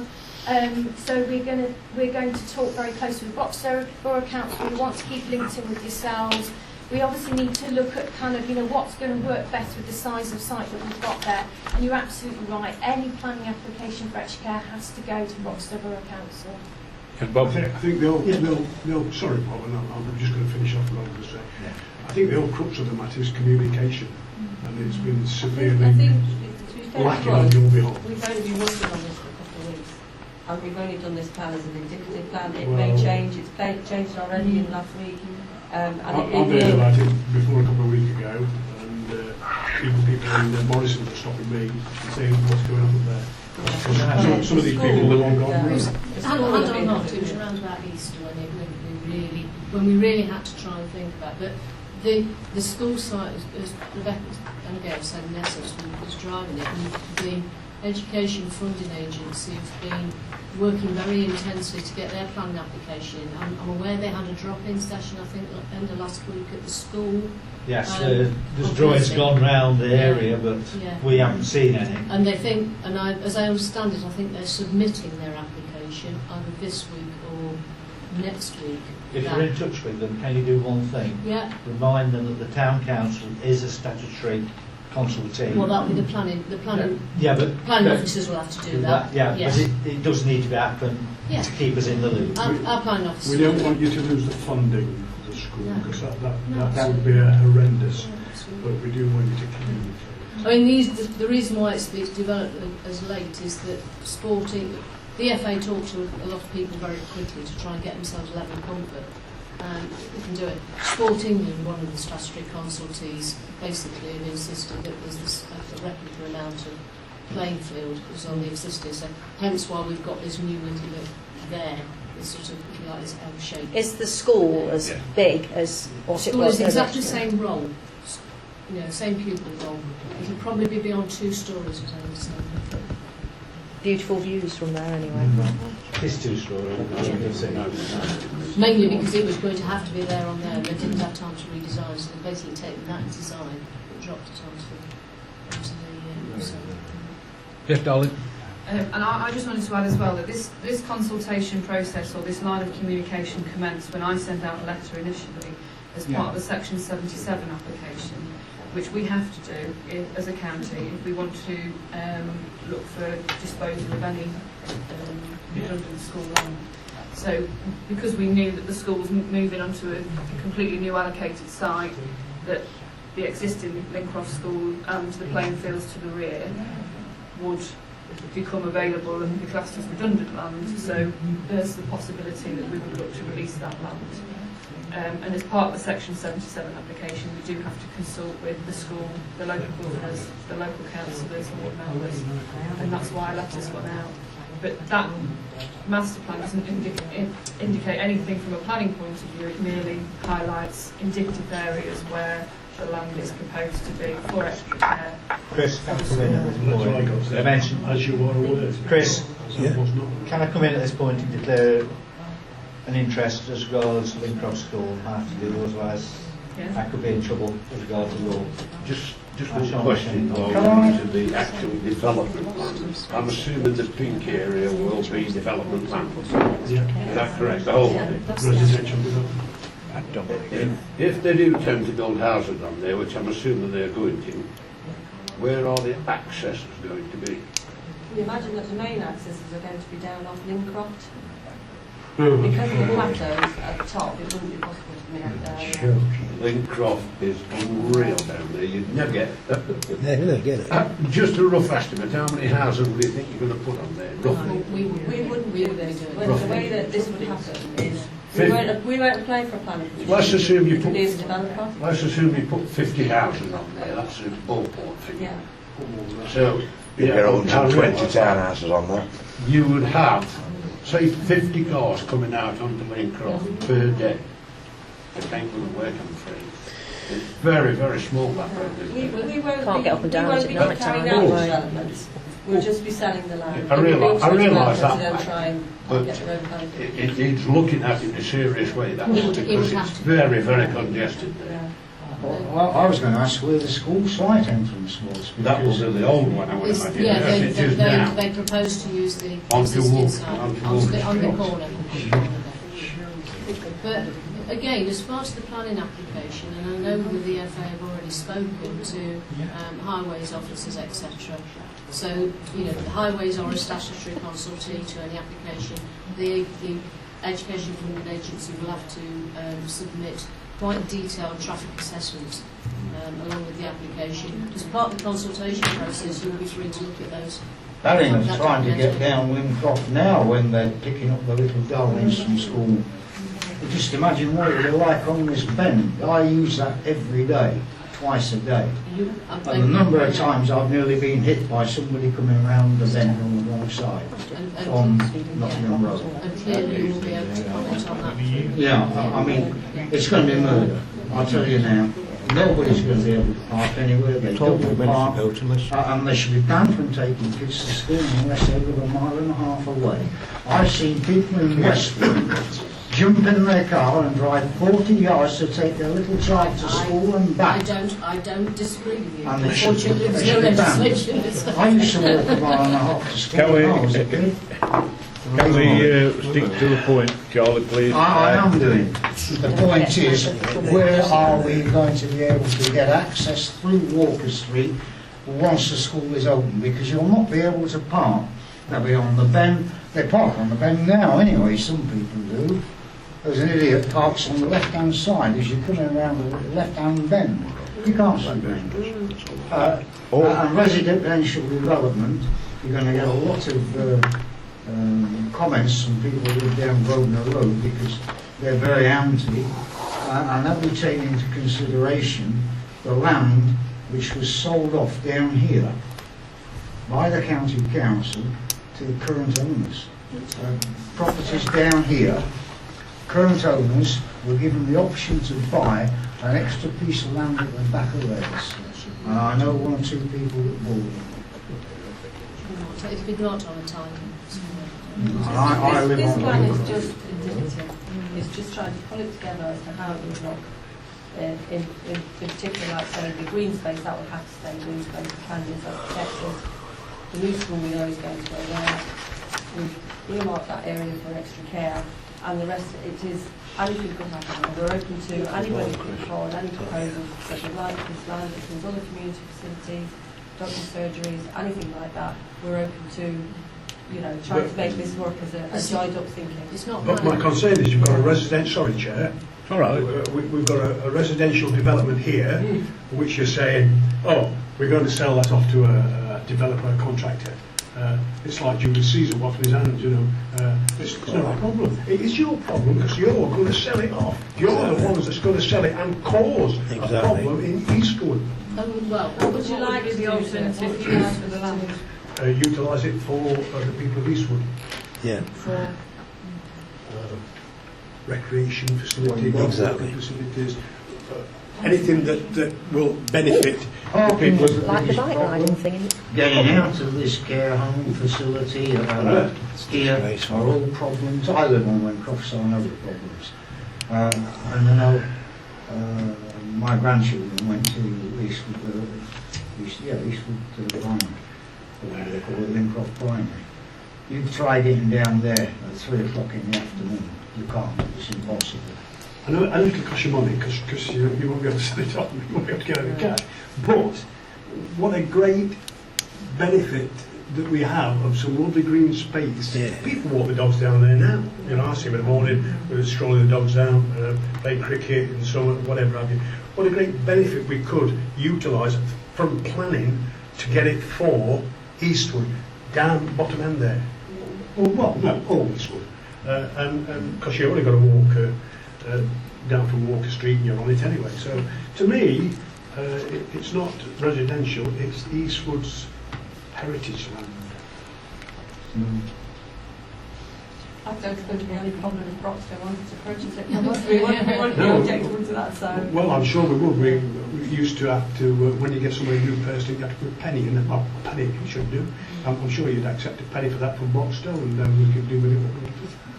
I think if you wanted to make it a case to make it amenity land, it's for you to put that to the members, isn't it? If that's what you want to do. But ultimately, it's their land. So we put that on it because there's a hot shortage of houses in Eastwood, and we assumed that was a need, and that's. Broxo planners seem to look favourably on that in the plan discussions we've had with them. Having said that, I agree with what you're saying there. We do need more houses, but not necessarily the amount that they're going to put on there and create all this trouble. We've no idea what they're going to put on there, and it's a very good point about the highway issues. It may be, it's very restricted when the highway officers get to have a look at it and they see actual plans coming in. We can't envision what a developer will want to do. It's a very undulating site. It may be very restricted in what they can do. Site is landlocked. Yeah. What they normally do is persuade somebody to sell their house and make a way in and out. And that's what we've done in another area within Eastwood, and one of the houses is going to be knocked down shortly. So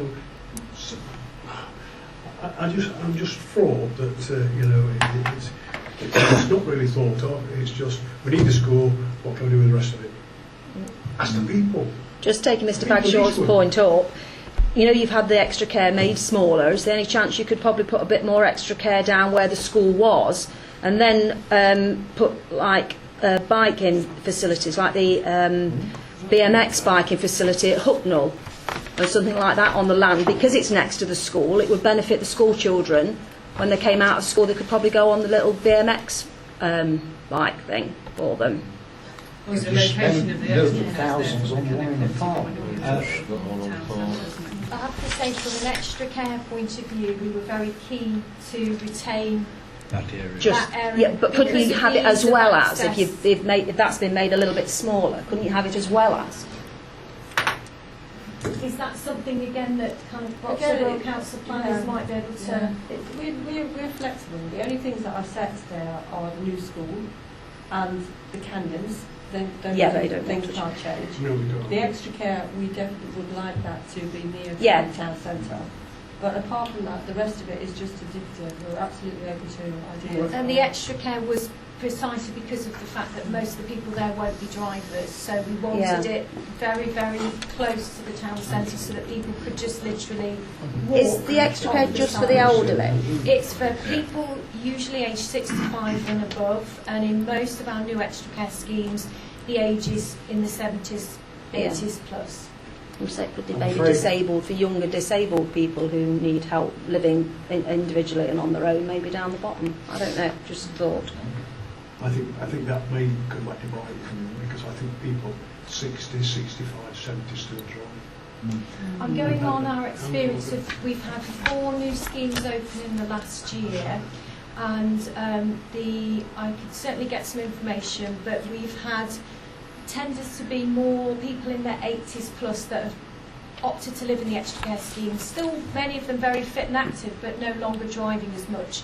And actually, one of the big draws for us with the extra care scheme is being able to locate people really close to local amenities. Maybe it could be used for parking for the school. I'll make one comment, and it's to do down the bottom end. As regards having a school opposite, or houses, I would pick the houses because the school is not necessarily a good neighbour. Twice a day you have horrendous problems. We're living down there, I live in that area, and the school itself, some of the practices they do are not good neighbours, like they do insist on doing the grounds maintenance starting at 6 o'clock in the morning. Oh, that's very self. What about these poor people on the street? There's something going to have a school there. No, I'm just saying, it wasn't self, I was saying your complaint about residential there, there's pluses and minuses. Chair, I've looked at it, I've seen it. We can go on now around this table for quite a while now, and they brought a scheme that we have to look at. They've got no planning permission. The school is imperative to the site, which we're happy about. The extra care will go through Broxton, I presume. The residential development, they hope to sell off a bit of money unless we come up with something else. So we just need to look at it now and get the public's view on what's happening there. We need the formal planning, Dave, don't we? We need the formal planning on the residential to see where they're going with it. I don't think we can ask these ladies to spend much more of their time putting enough overtime now. Can you say one more thing about Lincroft? We do have to go through this formal process of Section 77, and that isn't anything that happens overnight. It's a long, slow process, a lot of consultation and a lot of elements to it, not least all as to what we will do with the money that's released from the sale of the school land. And that. So it's quite a complicated application. It takes quite a long time to get a decision on that. So it's not something that's going to happen. I'm sure it is, and we're so pleased to see at least something that you've actually come and communicated to us, because that's your problem. That was your problem, it isn't now. We've got some idea of what's going on. Thank you very much. And maybe to alleviate some of the parking issues on Lincroft itself, if that where the old Lincroft site, if some of it was allocated to parking, The people could park there while they were taking their children to school, but then at night time it could be utilised by the people living on Lincroft. They wouldn't walk that far to the school. Good grief. But there are more negatives of this than Okay, positives. thank you very much, ladies. Just make one more Go on point then. about the accessing of Lincroft, because obviously there's a bit of a problem that's all coming in there. But there is some discussion with Broxton around the access, and they weren't opposed to, in fact they suggested that the vista, you have to keep the vista, that needn't just be a footpath, that could actually be a road. So that's another type of... Where are you talking? Where tennis court is, David? Yes, yes, got it. Yes, that's what it said, upsets with a lot of people. The country of my heart, and that's where they sat and looked out. That's where Yeah. Everywhere there's people houses in the world now. This house. David, what am I doing tonight? I got to inside again. Right, have you done now, ladies? I'd like to thank you for coming. Thank you very much. Right. Did you want this question? Yes, okay. I've got a spare one of those, and please, Well, I'm going to scan this and then give that to Councillor. I've got his name right. call it. Oh, cheers. Don't forget it, Bob.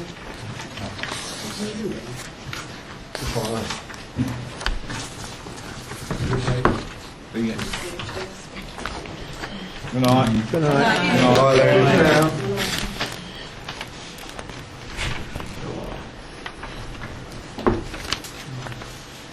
Planning update. No report, please, Mr. Mayor. Yeah, can I just say though, Mr. Mayor, that the second application, 4364, the shop front down there is not in keeping with being on the edge of a conservation area. And that was brought to the attention of Broxton Borough Council because we think it's wrong. Some of us, I'm sure it's but I've no objections, I disagree with it. Well, it wasn't. There was no comment actually, Charlie, because I felt that to make a comment on that, with us having a commercial interest at the present post office, might be an issue. So actually, that one, there was no comments made at all about it because. No, it's on the edge of it. Anyway, because of the connection, I felt that it was improper for us to make it. Okay. Noted. Nothing else. Noted, yes.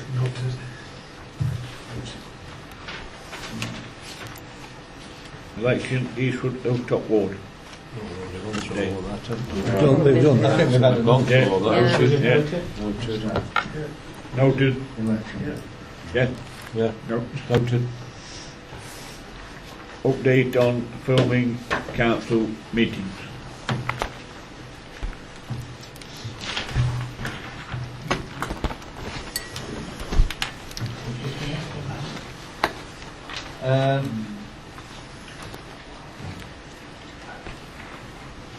In the pack is the government legislation with regards to filming of council meetings, and also a suitable draft for the Eastwood Towns. I'd like to formally move that it's adopted as our rules for Are we now saying that we won't film council meetings, but members of the public we're quite happy to? I'm going to move on to the second one. That's the guidelines for anyone, which we have to do by law. My personal view is I was going to move this first, and then secondly, because any member of the public can film the meeting, I would prefer a copyrighted one available for any member of the public to see, that's in its entirety from the mayor's, not to the end of any public session.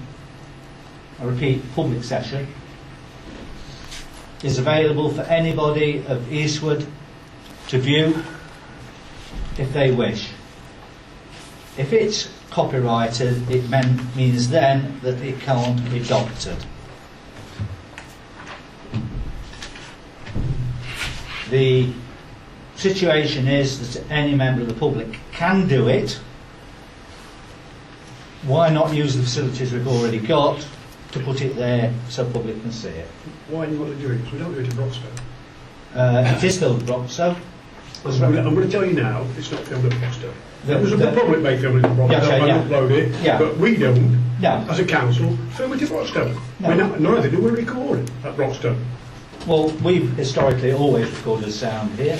I understand that, but I'm telling you, what happens at Broxton, people keep telling me you do it at Broxton. No, what I'm saying, I said very clear that it has been done at Broxton filming. I didn't say who done it.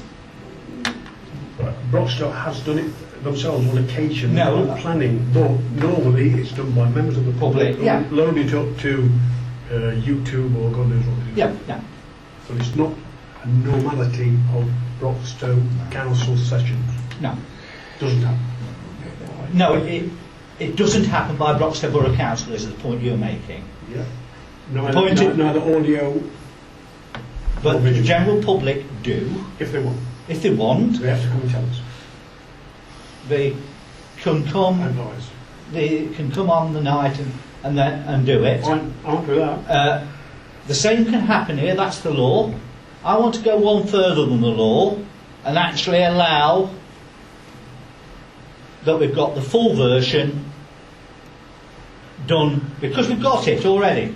Those images and that tape is already available. Who wants to see it? There's about 4 or 5 people come every week. I'm not bothered who wants to see it. It's a case of being open. We say we're not open. Providing it's not docked, I can't see it being a problem. Well, you're not going to be undressed, David, are you? As I've said before, I don't my image take the me and go on YouTube. Simple as. No, it's not been docked. Can I tell you, David, that your image is actually already on YouTube? By a member of the public. Yes. Which I can't object to. But I'm saying you want to do this council meetings on the CCTV and all the time, which I'm objecting to. Because it I can't say anything wrong with I that. don't see why we have to do it. You want to become... Is there a problem? You want to come to Broxton? What's that? We don't do it at Broxton. We're a bigger organisation. They're a bigger organisation. They don't do it. Why do we not do it? Yes, Ken. Can I say that there's no way I want to go on YouTube, to be filmed and go on YouTube. What position do I stand in on that? Do I go and sit at the back? Yeah, well, that's wrong with you. The law, being filmed? the law is simple. don't Any want to be member of the filmed. public can actually set I'm a not on camera. about the public. What about us? Yeah, it's exactly the same legal point, whether public or us. No, I don't want filming. I don't want putting on YouTube. So where do I sit? If a member of the public does it, I'm not on about public. Where do I? That right you've already lost. Where do I sit? Sorry, where do I sit? If you want to take part in the meeting at the table. No, I'm sorry. I don't want filming. That is my rights. No, it isn't. Oh, I've got no rights. If you're a councillor, as soon as you become a councillor, the law says you can be filmed. So as soon as the only argument is who's doing it. As soon as I become a councillor, then as I lose all my rights. You lose your right to sit in here and sorry. meeting. No, I don't lose my rights at any council meeting. I do not lose my rights. And my right is I will not be filmed and put on YouTube. I've got a right to do that. You're saying you won't allow the council to do it, but you will allow the general public to do it. I can't do nothing about that. So, Mr. Davidson, I can't do that. You can't do anything about the council doing it. I can. I can sit at the back and not be filmed. Under the table with me again. Yeah. What I'm saying, the general public can still catch you if you're at the back. How many of our public are going to do that? Absolutely. I can't see what the problem is, honestly. I don't want to go on YouTube. It's simple. Well, can I first put the first motion forward, which is the general rules? I'm just talking the general rules here. Can somebody second the general rules, which are copied from NALC on the Clark? Tony Rollins. Tony. And are we talking about the rules that Eastwood Town Council will apply, or are you talking about the general? What do you like with this thing? I turned the volume up because people were saying they couldn't hear. So, I can come and turn it down if you wish. Did you have the slave right at the master right at the Yes, top? yeah, I've done it that way. I've now bumped it because it was standing away from the lines. Slaves down. Yeah, I'm afraid my ego doesn't stretch to the fact that I want to be on telly or anything. So some people have big egos. But the way, I mean, Ken's saying you can't do this, you can't do that, I'm afraid that if you read 1984, it came through years ago. Tony Blair for a start, wasn't it? Right, it's been proposed by Bob, seconded by Tony. All in favour? This is just my general rules.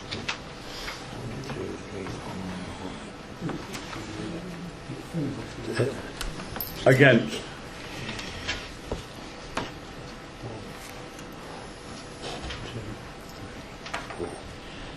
There's 7 for and 4 against. Right, it's passed.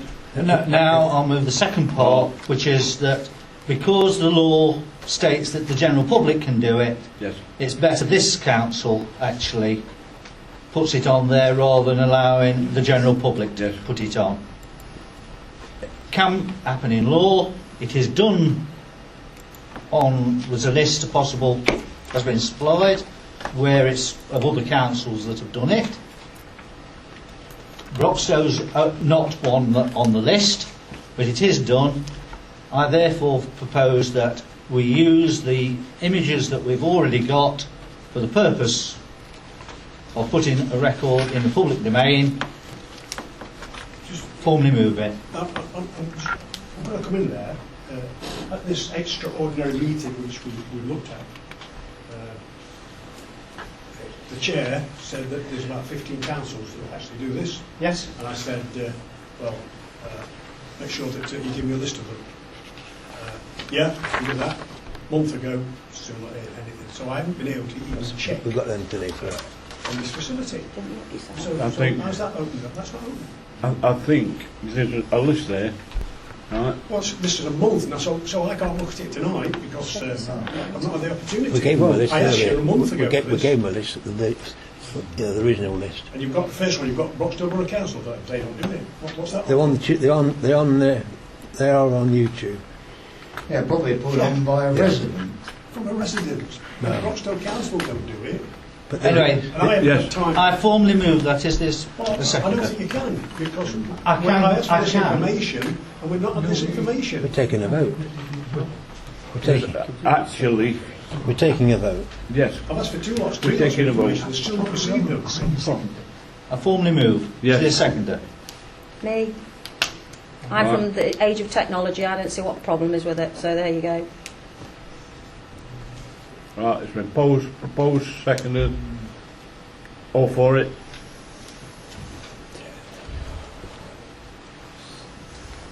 A 7 Against? for. 4. So it's being carried. Yep.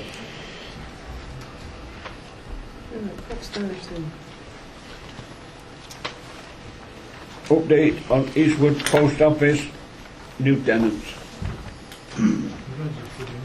I think Councillor Charles you were going to give an update on that, Councillor.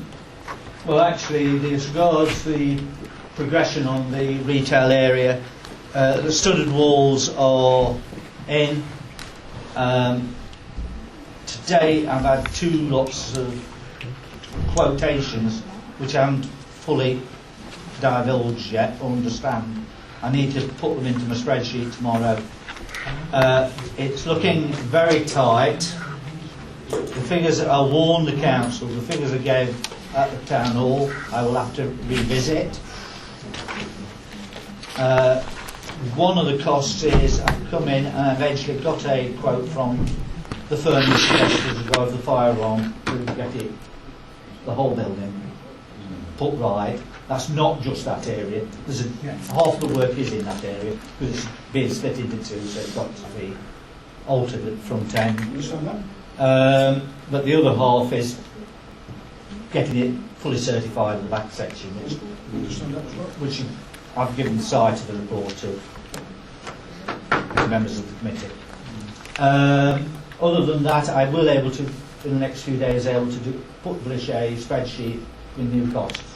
But it's going to take me a day or two to put that together. I would help, if anybody can come up and help, please. It's getting very tired, I'm getting very tired, slogging ahead myself on the job. There is some things that we could do, if possible, to cut some of the fat from the quotes, do more of the work ourselves. And I'm looking to see if we can do that. Yes, Charlie?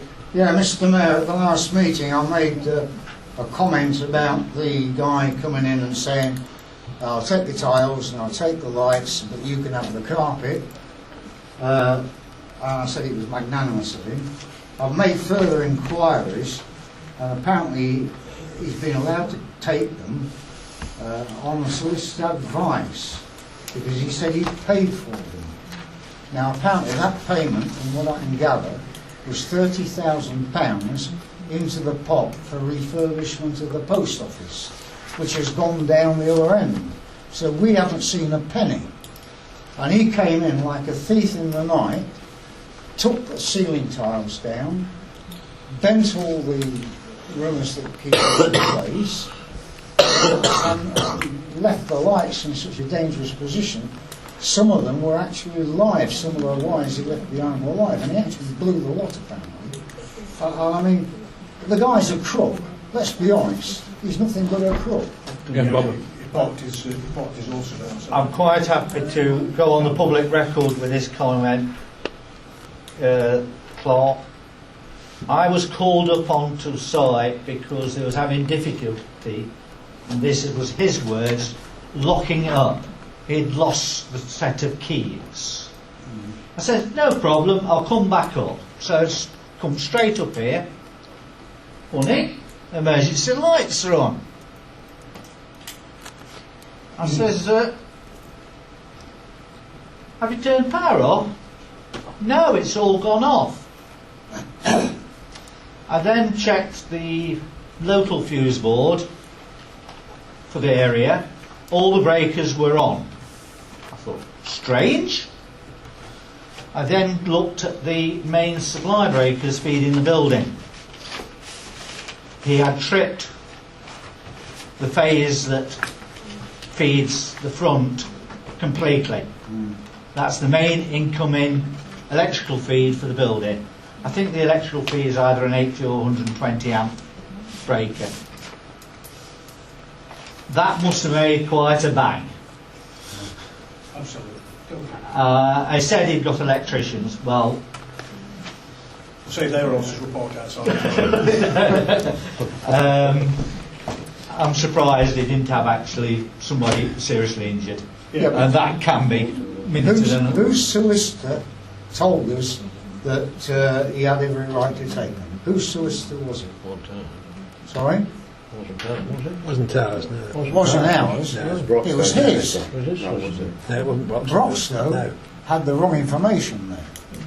But if it was his solicitor, well, it's in line with that. So that- It changed while I was away. Broxtowe legal. He should be made to pay for refurbishing the ceiling out there and the damage he's done. Apparently he's borrowed 2 lights, which I said to Bob, you'll never see back, and you won't. He's been allowed God knows how many months now, rent-free. And he was told to use the last 2 months to pay for his new ceiling down there. Not steal this one.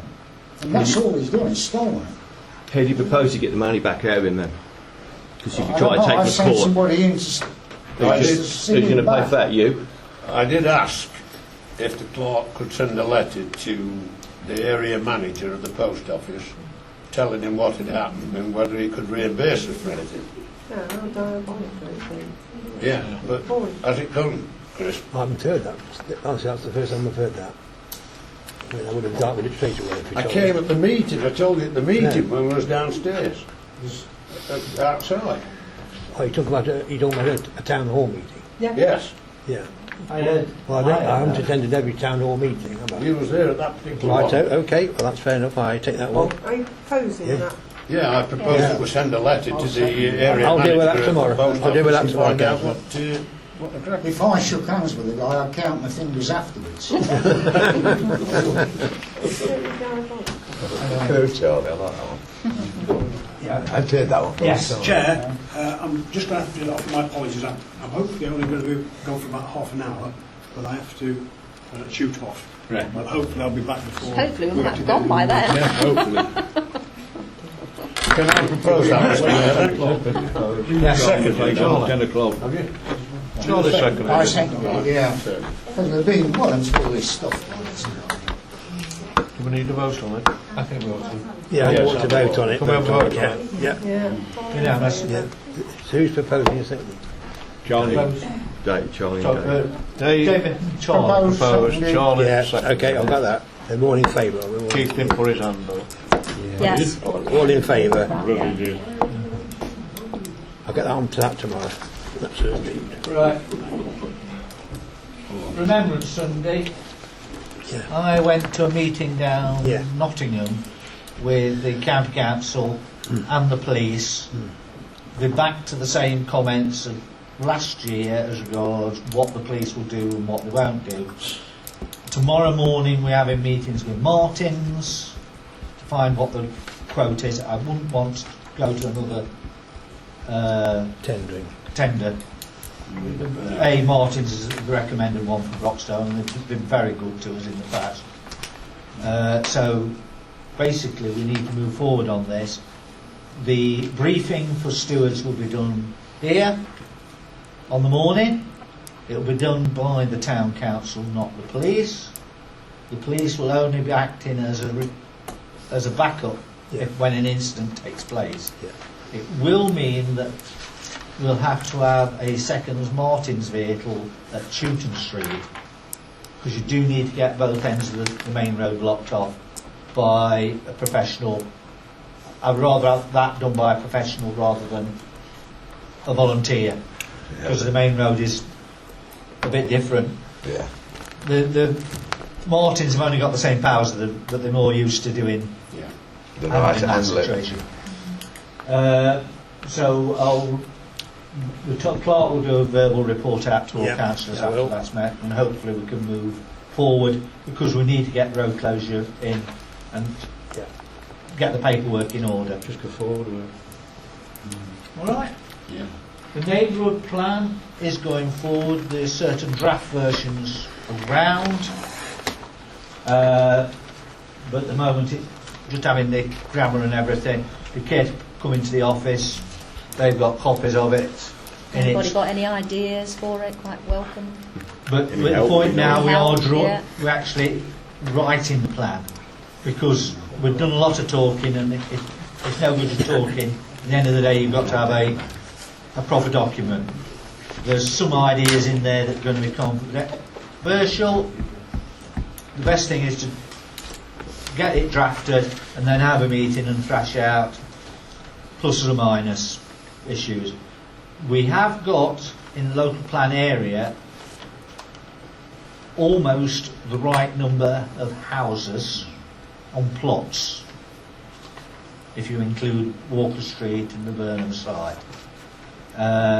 We are having to do assumptions where Greasley are concerned. Yeah, because the Burnham starting Greasley. Yeah, but the entrances are in. So you get several of these complicated sites. Basically, that is without building in the green belt of Nether Green as regards the open side. We've managed to get the sums that part of green belt doesn't have to be built on. There is a bit of green belt which is talking the other side of the road, but it's that and the infrastructure for transport. Or what I suggest is you come up and read each section at a time.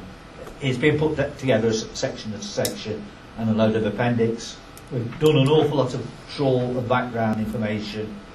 On there is for instance, can't remember the name of the plan from Broxtowe to do with the tram. We've got a draft copy of that. We're actually asking for a full copy. So all that sort of background stuff needs to be put with the neighbourhood plan, because you have to base your neighbourhood plan on evidence, I have done a full survey of all the shops in town, what was closed and what's open at a particular date. It's changed by now, but you've got to do a survey on a particular day and what category they're in, etc. So there's plenty still to be done, but we're a good way through it. Hopefully in the next couple of months it will be. But any input from any of you, because you live around the area, would be absolutely lovely. So please feel free to come up and give us any input. Yeah.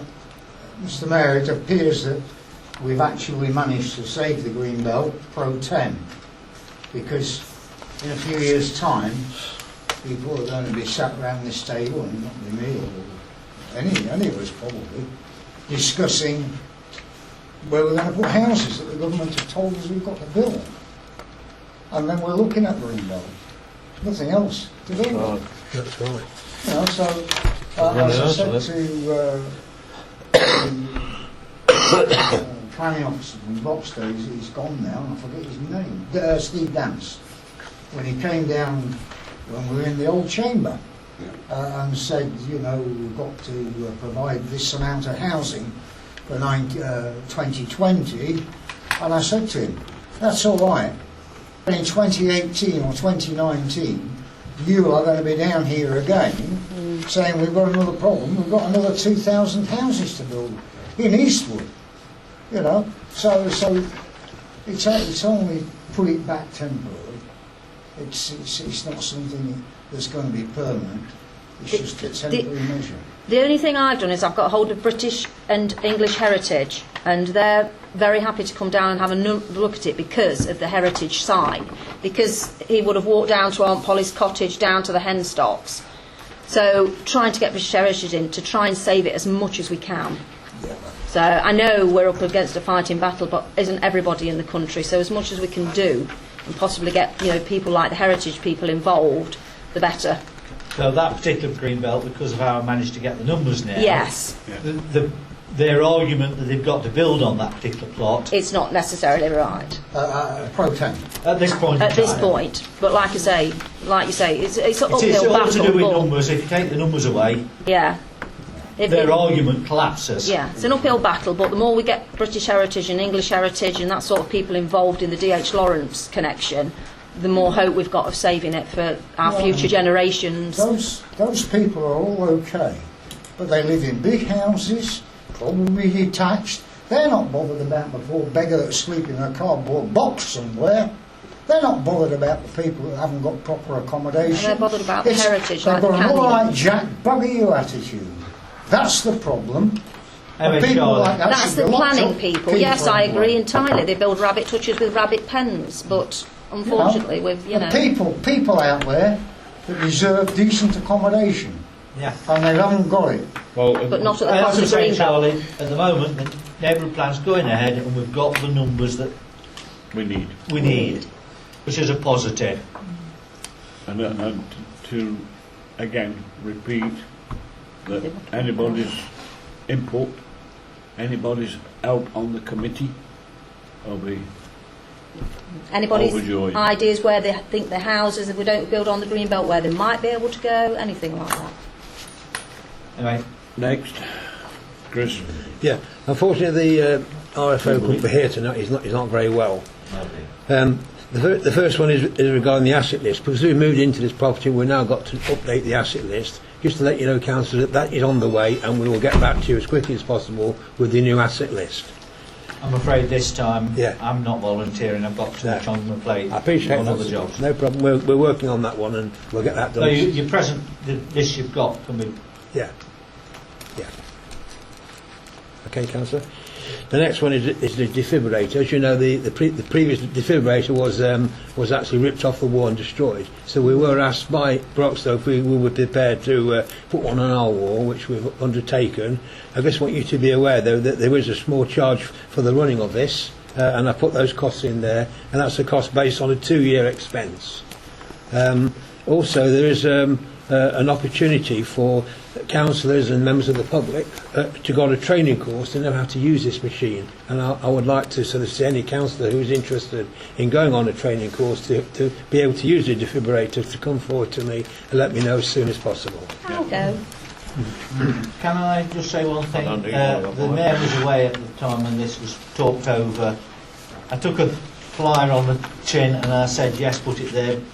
It was difficult to say no to such a thing going on our wall. It's a sort of piece of emergency kit that needs to be available for the people of Eastwick. Does the people know? Does the public know It's where only, it is? it's only recently been put Yeah, there. could we publicise the fact is We where will, it yeah. is We will do, yeah. and the location. Yeah. And the procedure is Correct. you go to it, you phone 3 9s, the operator will then tell you the code to get it in. And that deals with the emergency procedure, because then they're sending you somebody out to help you. Right. Okay.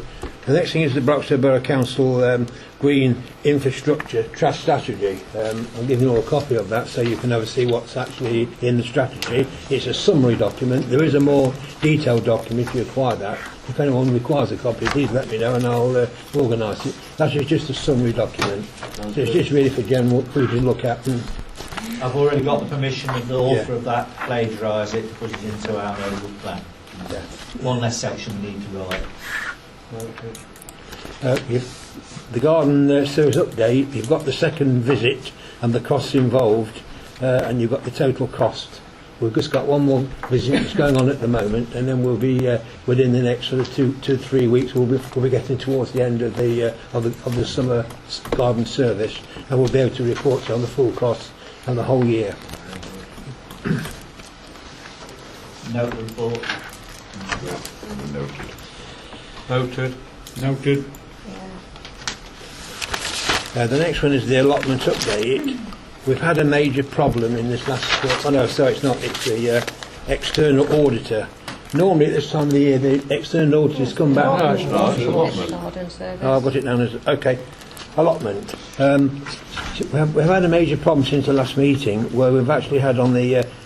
we had a problem on the 15th of August. Excuse me, Chris, let me put in, it wasn't what you just says. Okay. Why? I don't believe it was. Well, I do know. Just carry on. I do know a certain councillor that rode through it. Yes. Yes. Sorry? A councillor rode through the smoke. And it was Yes, bad. only lots of other people. It was quite bad right across the road, straight into the houses. But yeah, I know where, no.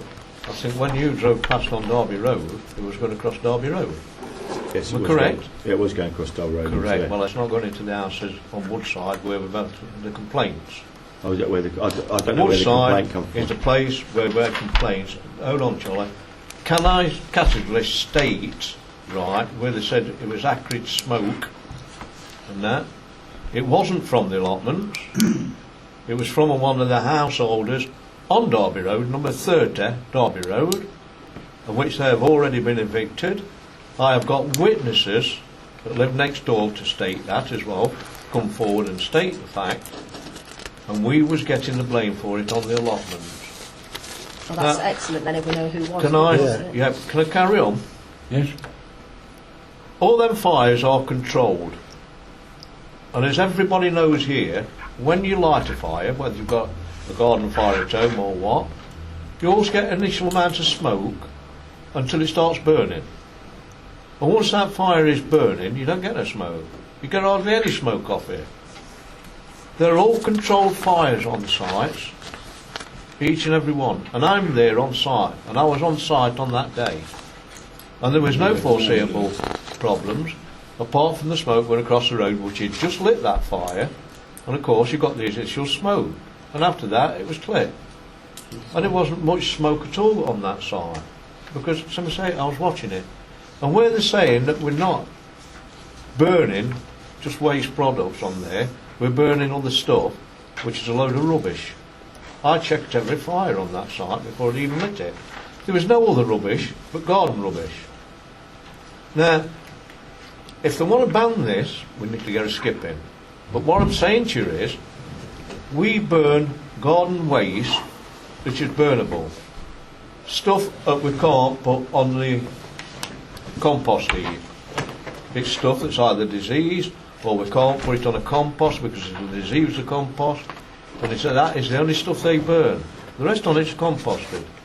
Now, if you say somebody come up with the idea, well, can't they take it to the tip? Not everybody's got transport to take things to the tip. They can't always do it. Where are they going to put the waste which they can't burn if we're going to ban it? And I tell you the honest truth, I don't think you can. Can I just say, Ken, we've already taken that decision, have we not, to send a letter back to the people who sent us that letter, explaining what we're going to do in the future. Well, I thought, which people? The people that Chris got the... The problem we've got... The people who've got complaints? No, the people... from the environment? Yes. Well, what we're actually going to do now, we're going to take photographs. And if you want the photographs then to go to Broxton at the same time, fine.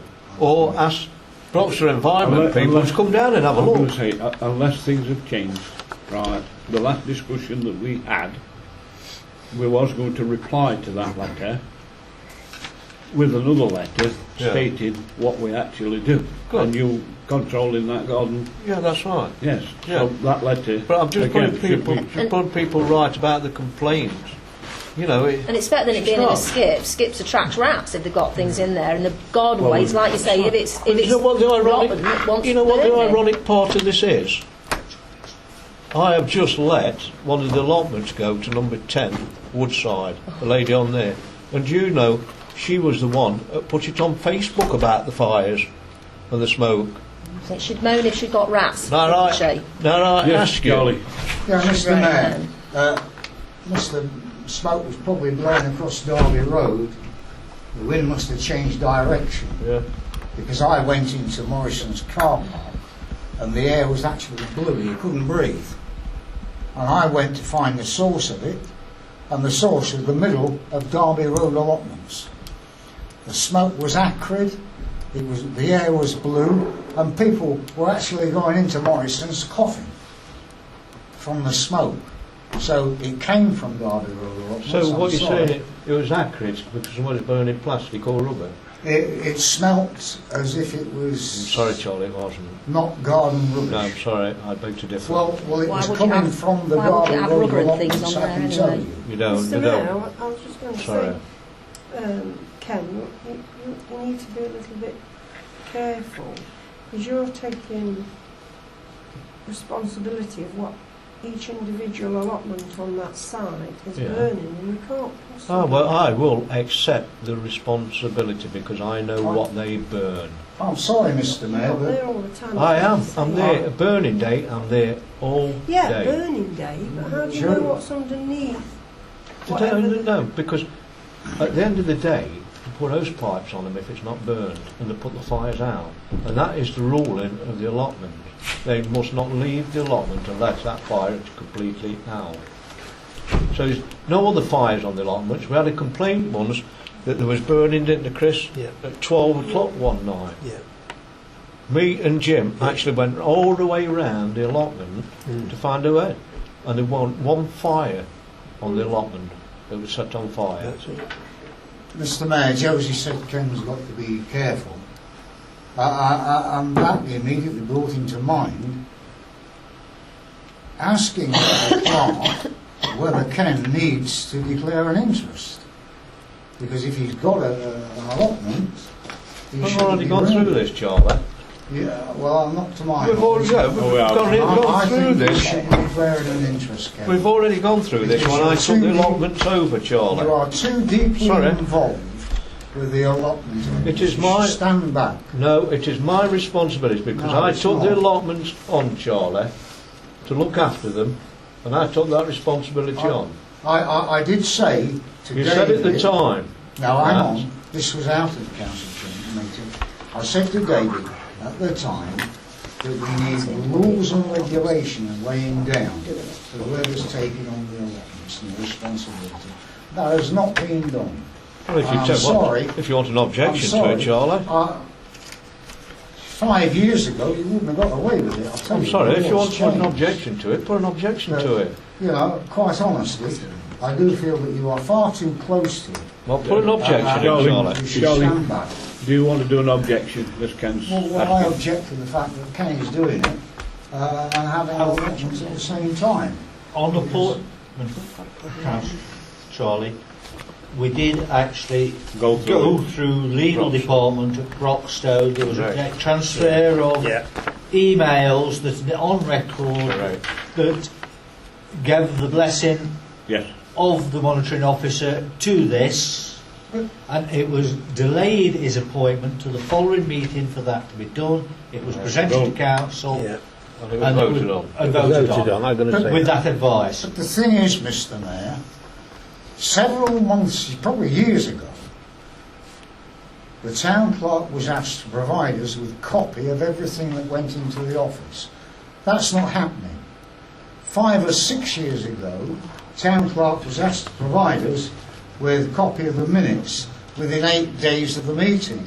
That's not happening. What's that got to do with the No, I'm just Charlie? saying this isn't happening, and it's not just the odd one. We should be getting copies End of that this. discussion, please. As far as I'm concerned, it stands that Ken is responsible for the allotments.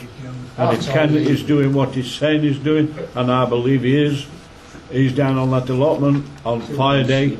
And what we need is somebody on Dufcott Road, which Ken is sorting out. I was going to have a word with you. Yes, a representative there, so that they're there on that day as well.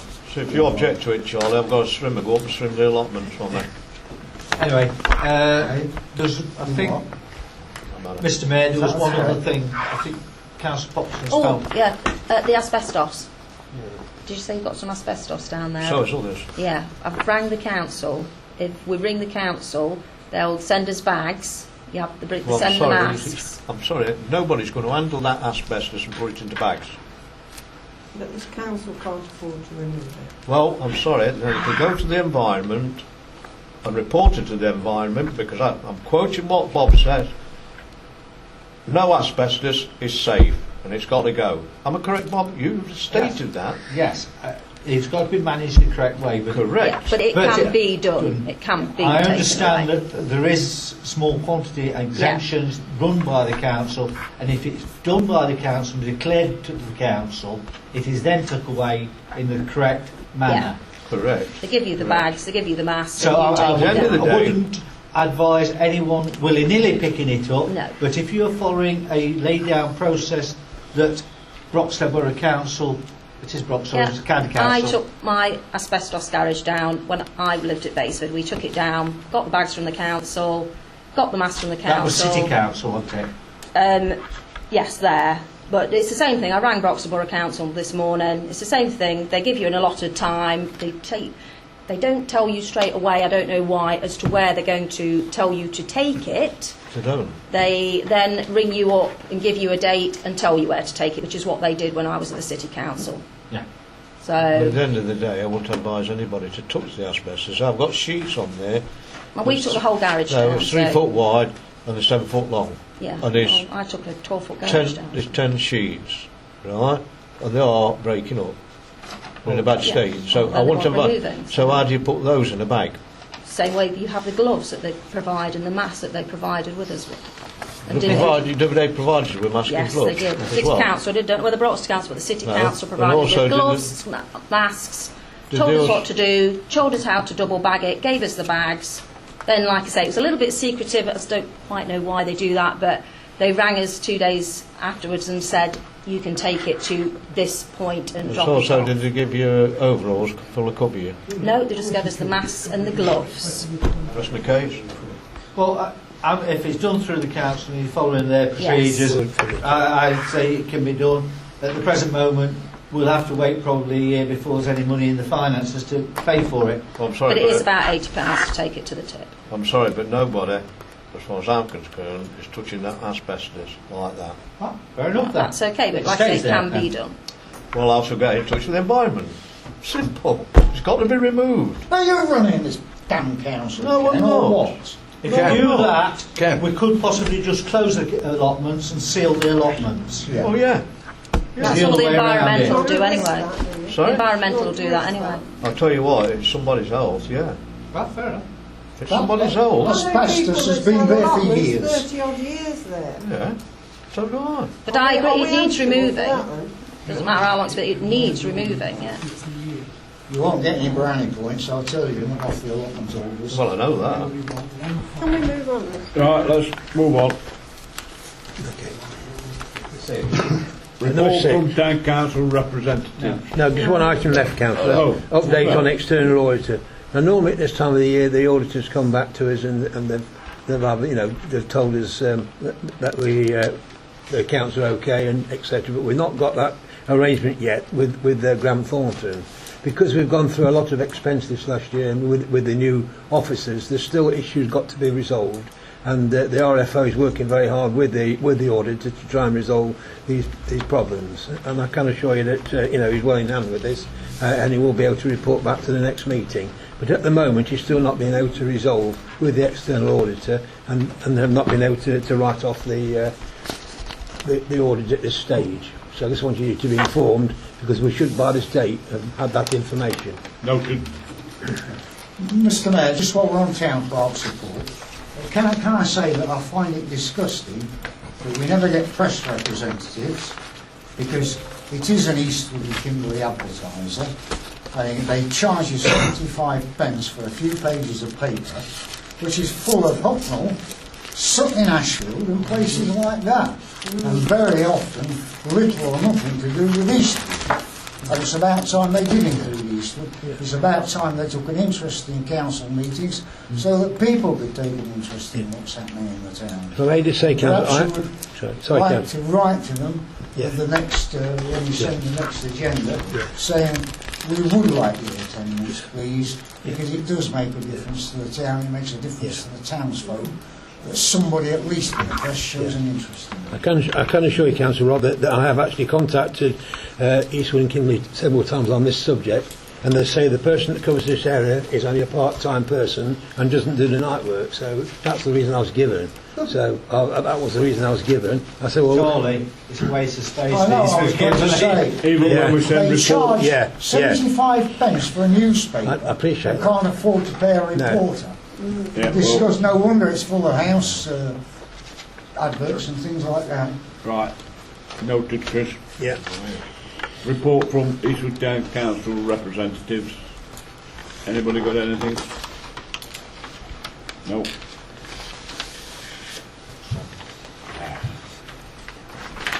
Report from Borough Council representatives. Yeah.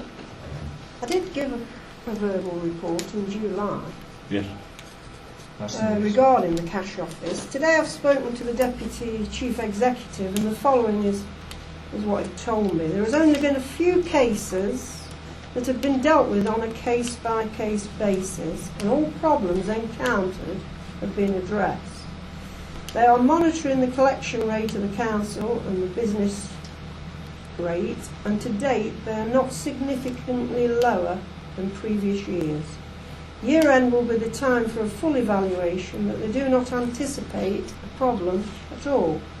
He assured me that they had their finger on the pulse, that if anyone knows of anyone that is having a problem, then they should notify him direct. He's quite happy, as the Deputy Chief Executive of the Council, that the progress on this cash office, or lack of, the transition, that's the word I'm looking for, has gone quite smoothly. Quite smoothly. Yeah. These are his words. I was scribbling like Billio as he was saying it to me. But, I mean, that's only what he told me last time, actually. If I could say to Pat and compare it to the government, when there's a changeover in government, we're never very happy, whatever side you're on, and there's a change at Broxtowe. It's not Broxtowe, it's the administrative group that's, or the political group that's changed on the administration side, and they want the end of the cash office. I don't like it personally, but I don't think they're going to be, he says there is no problems to talk of because they've all been answered and dealt with. So there has been problems? Very few. That's what So he he's says. saying. So there won't be no flip back. All we can do is lobby, but you see, if they don't recognise there is a problem, you can lobby till your eyes they don't popping want to out see your it. head. It won't make a sight of difference. They've made the decision and they're going to stick to it. Away from the cash issue, daily we're getting people coming into this office wanting help regarding Broxtowe issues. It has become a real problem, and we keep transferring them across the road, and they keep coming back because they can't solve the problem. There is a real issue that Broxtowe have got to sort out, not just purely with the cash, but with all the other general problems that Broxtowe deal with in Eastwood. I've been in the office regularly. Yeah. I'm going to the door and trying to deal with Could I people. make a suggestion? We put a note outside the gates saying any Broxtowe issues, See your please. Broxtowe councillor. No. Well, No. see your Broxtowe councillor, or I want to say, it's how do across people on- go with Yeah, yeah. county issues? Put a phone number on There's it. no then. office, is there, in Yeah. Eastwood? Well, sometimes I say that Phone number, we've got to email. put a note on the door so it stops them coming in. It is actually causing issue with regards to time. Yes. But there's one other issue that's to do with Borough Council that I need to make you aware of.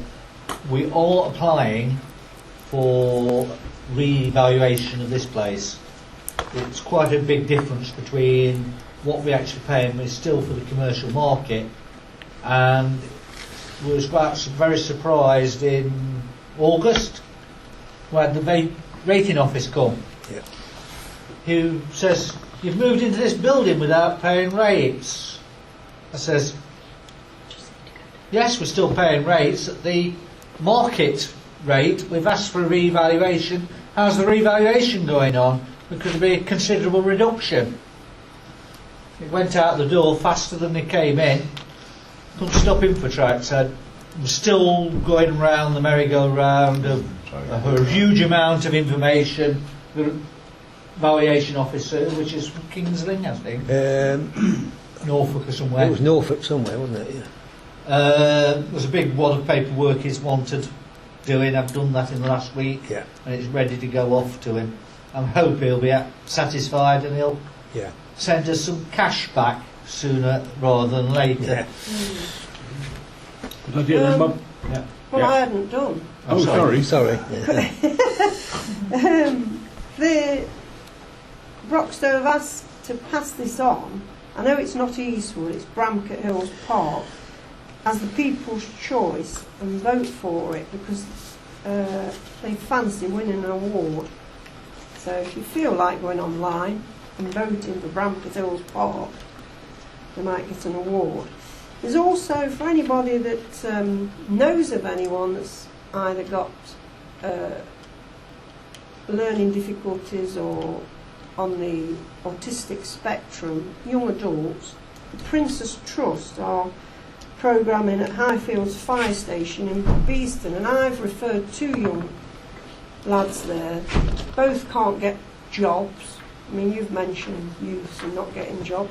It's a nice little course that they can go on. All their expenses are paid because it is in Beeston, unfortunately. So anyone you know in Eastwood, and they'll get lunch and a certificate. It might open a door for them. There's details that I can give to Chris to I'll pass them on. post round. And if I can just mention the planning, at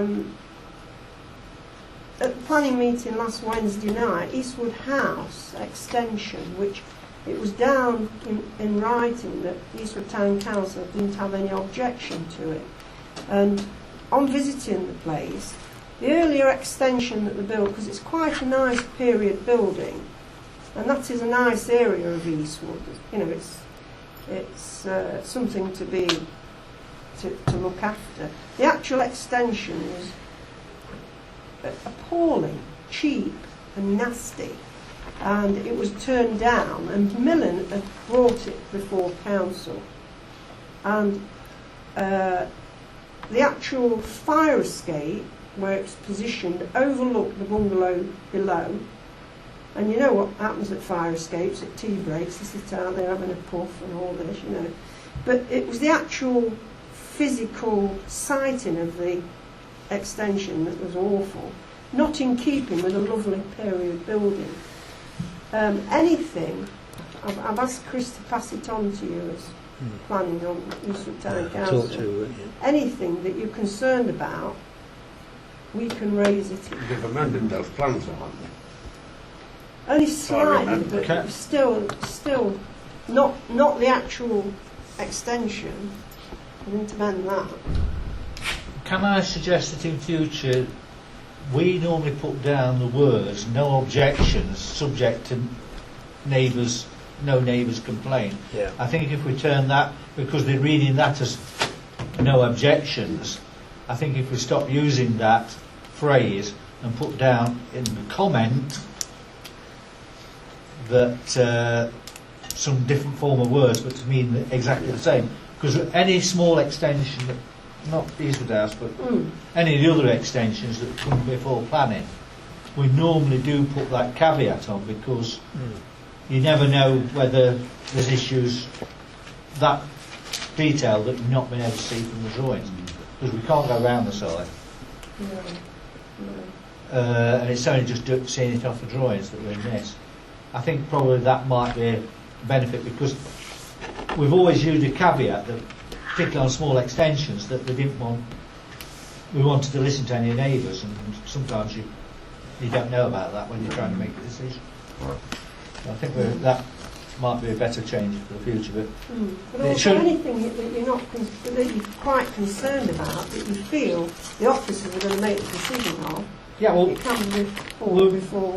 We do look at the drawings, and if you look at the drawings and you can't see anything wrong with the drawings, you can't actually go on the property, particularly a back extension, you're then just having to go by what neighbours think of it rather than your views, because you haven't seen it. Anyway, what did mention it? Got something similar to what was said. Right, County Council, I've got some report here from County Hall on shale gas fracking, and if everybody cares to read it, then it's here for you. Fracking. Well, all that's it. Now, I've not got my glasses, I've got no. If I hold it here, Is there ever the case to read it? if I hold it here. yeah, there's plenty there, Chris. Yeah, definitely. Chance to read the paper copies. The neighbourhood plan, it seems. Do you think we'd have a glass around it in this place? Yeah, but Look at it as it is at the moment, with loads of spelling mistakes. I mean, No, the copy that's here hasn't yet been printed. Oh, that's gone to Andrew, hasn't it, your copy? Yeah, but Right. Your copy, given her the don't amendment. on, yeah. So I'm going to go in the office and fetch She's got the the amendment. unamended one. Are you in, but take care, it is early stages. We want people to have input. So don't start looking at all the spelling mistakes, because that's already been done on a different copy. Chris, payment schedule. Yeah, well, they're here, Councillor. There. Yeah.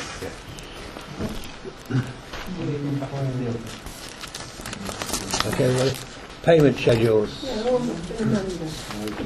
Just one question, Mr. Mayor. Why are we paying Erewash Borough Council for a planning application? It isn't planning, it's building regs. Yeah. Building regs. Yeah. Roxo have not got, Yeah. have not got a building regs But they do report. the planning, Roxton. And it is down here as per planning. Yeah, well, it isn't. The department is to say, the building Building regs. regs application, I don't know. Yeah, Right. that's for the commercial, we have to do that. By the way, good news on that. First inspection, fly through, everything fine. Wants to see it on completion only. And 2 bits of paper, which we will supply.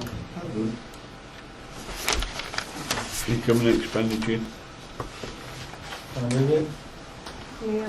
Formally moved? Yeah. Yeah. That's the first one, is it? Yeah. No, second one. Sorry. And then we've got exclusion of public and press. Mr. Mayor, can we, if we do it in block, I don't think we need to. Well, I don't think we need to do that. If you can block it all up. Forget it then. I want to talk to them. Oh. Go on then. Yeah, I'm going to say, can I move that the public Yes, stay? fine. Yeah, All right. Thank those that got involved with the resurfacing of the Cemetery Drive, block of Junior Street. It's been many months and years really. Can we carry on, please? Can we carry on, please? Because we're running up to standing order now. Members of the public have had their say. Right, it's 137. You can stay. You can stay. You want to stay, you can stay. 137 grant application. Bob? Well, I was going to move them on block. That,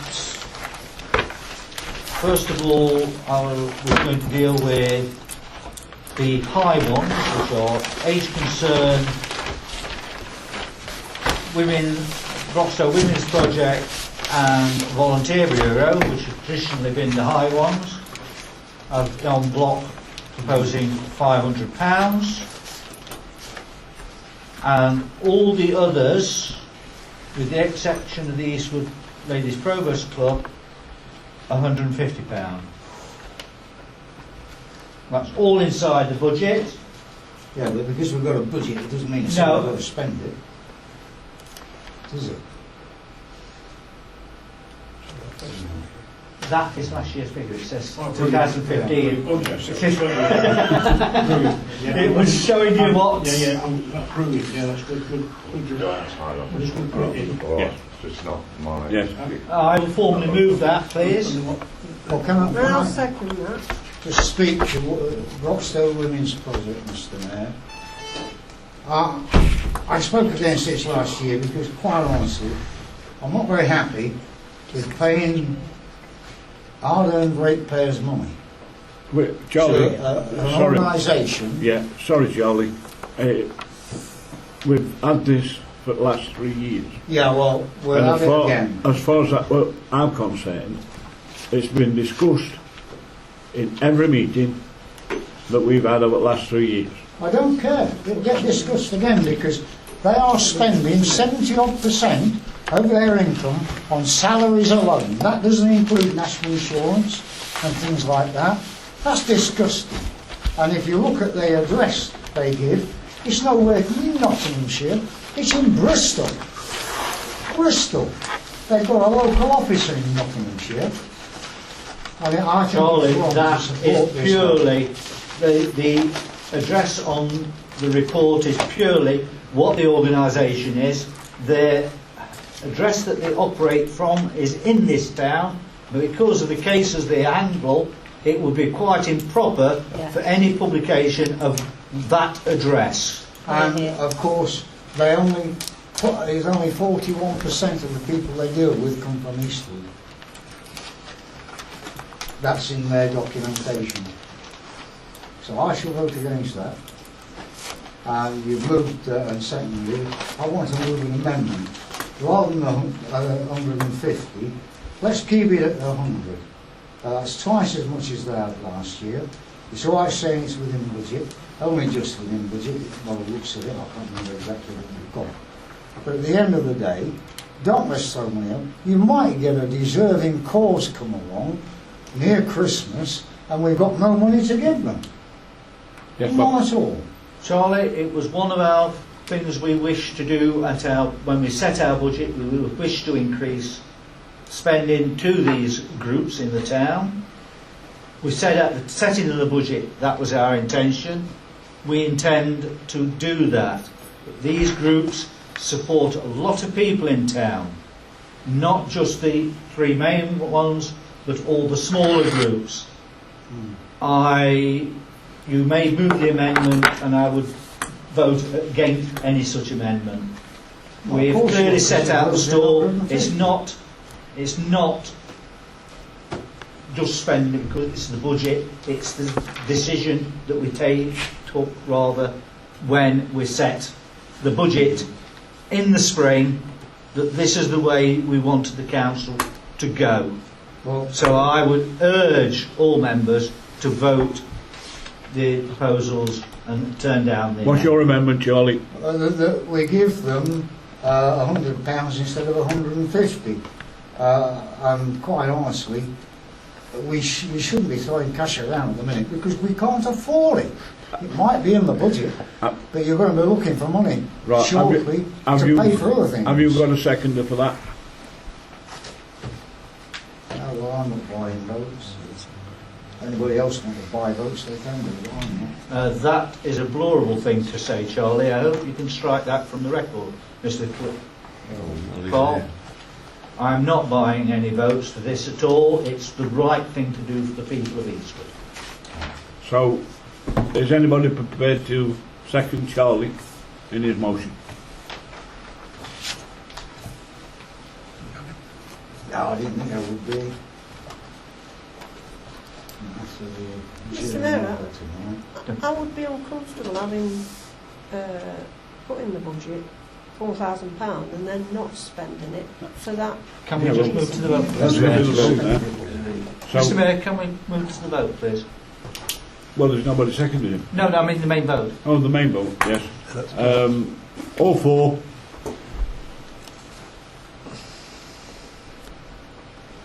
Against.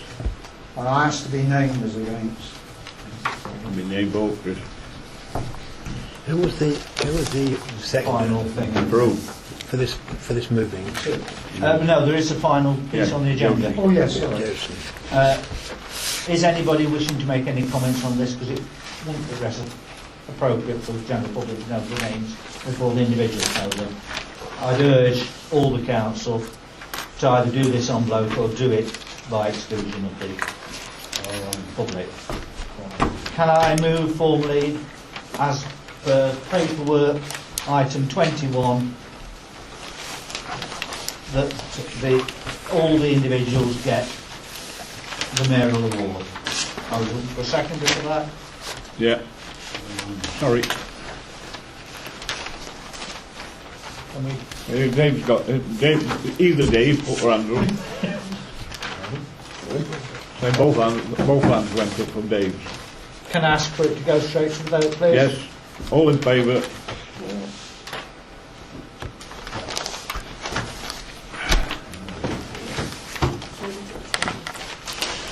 I didn't think you'd do that.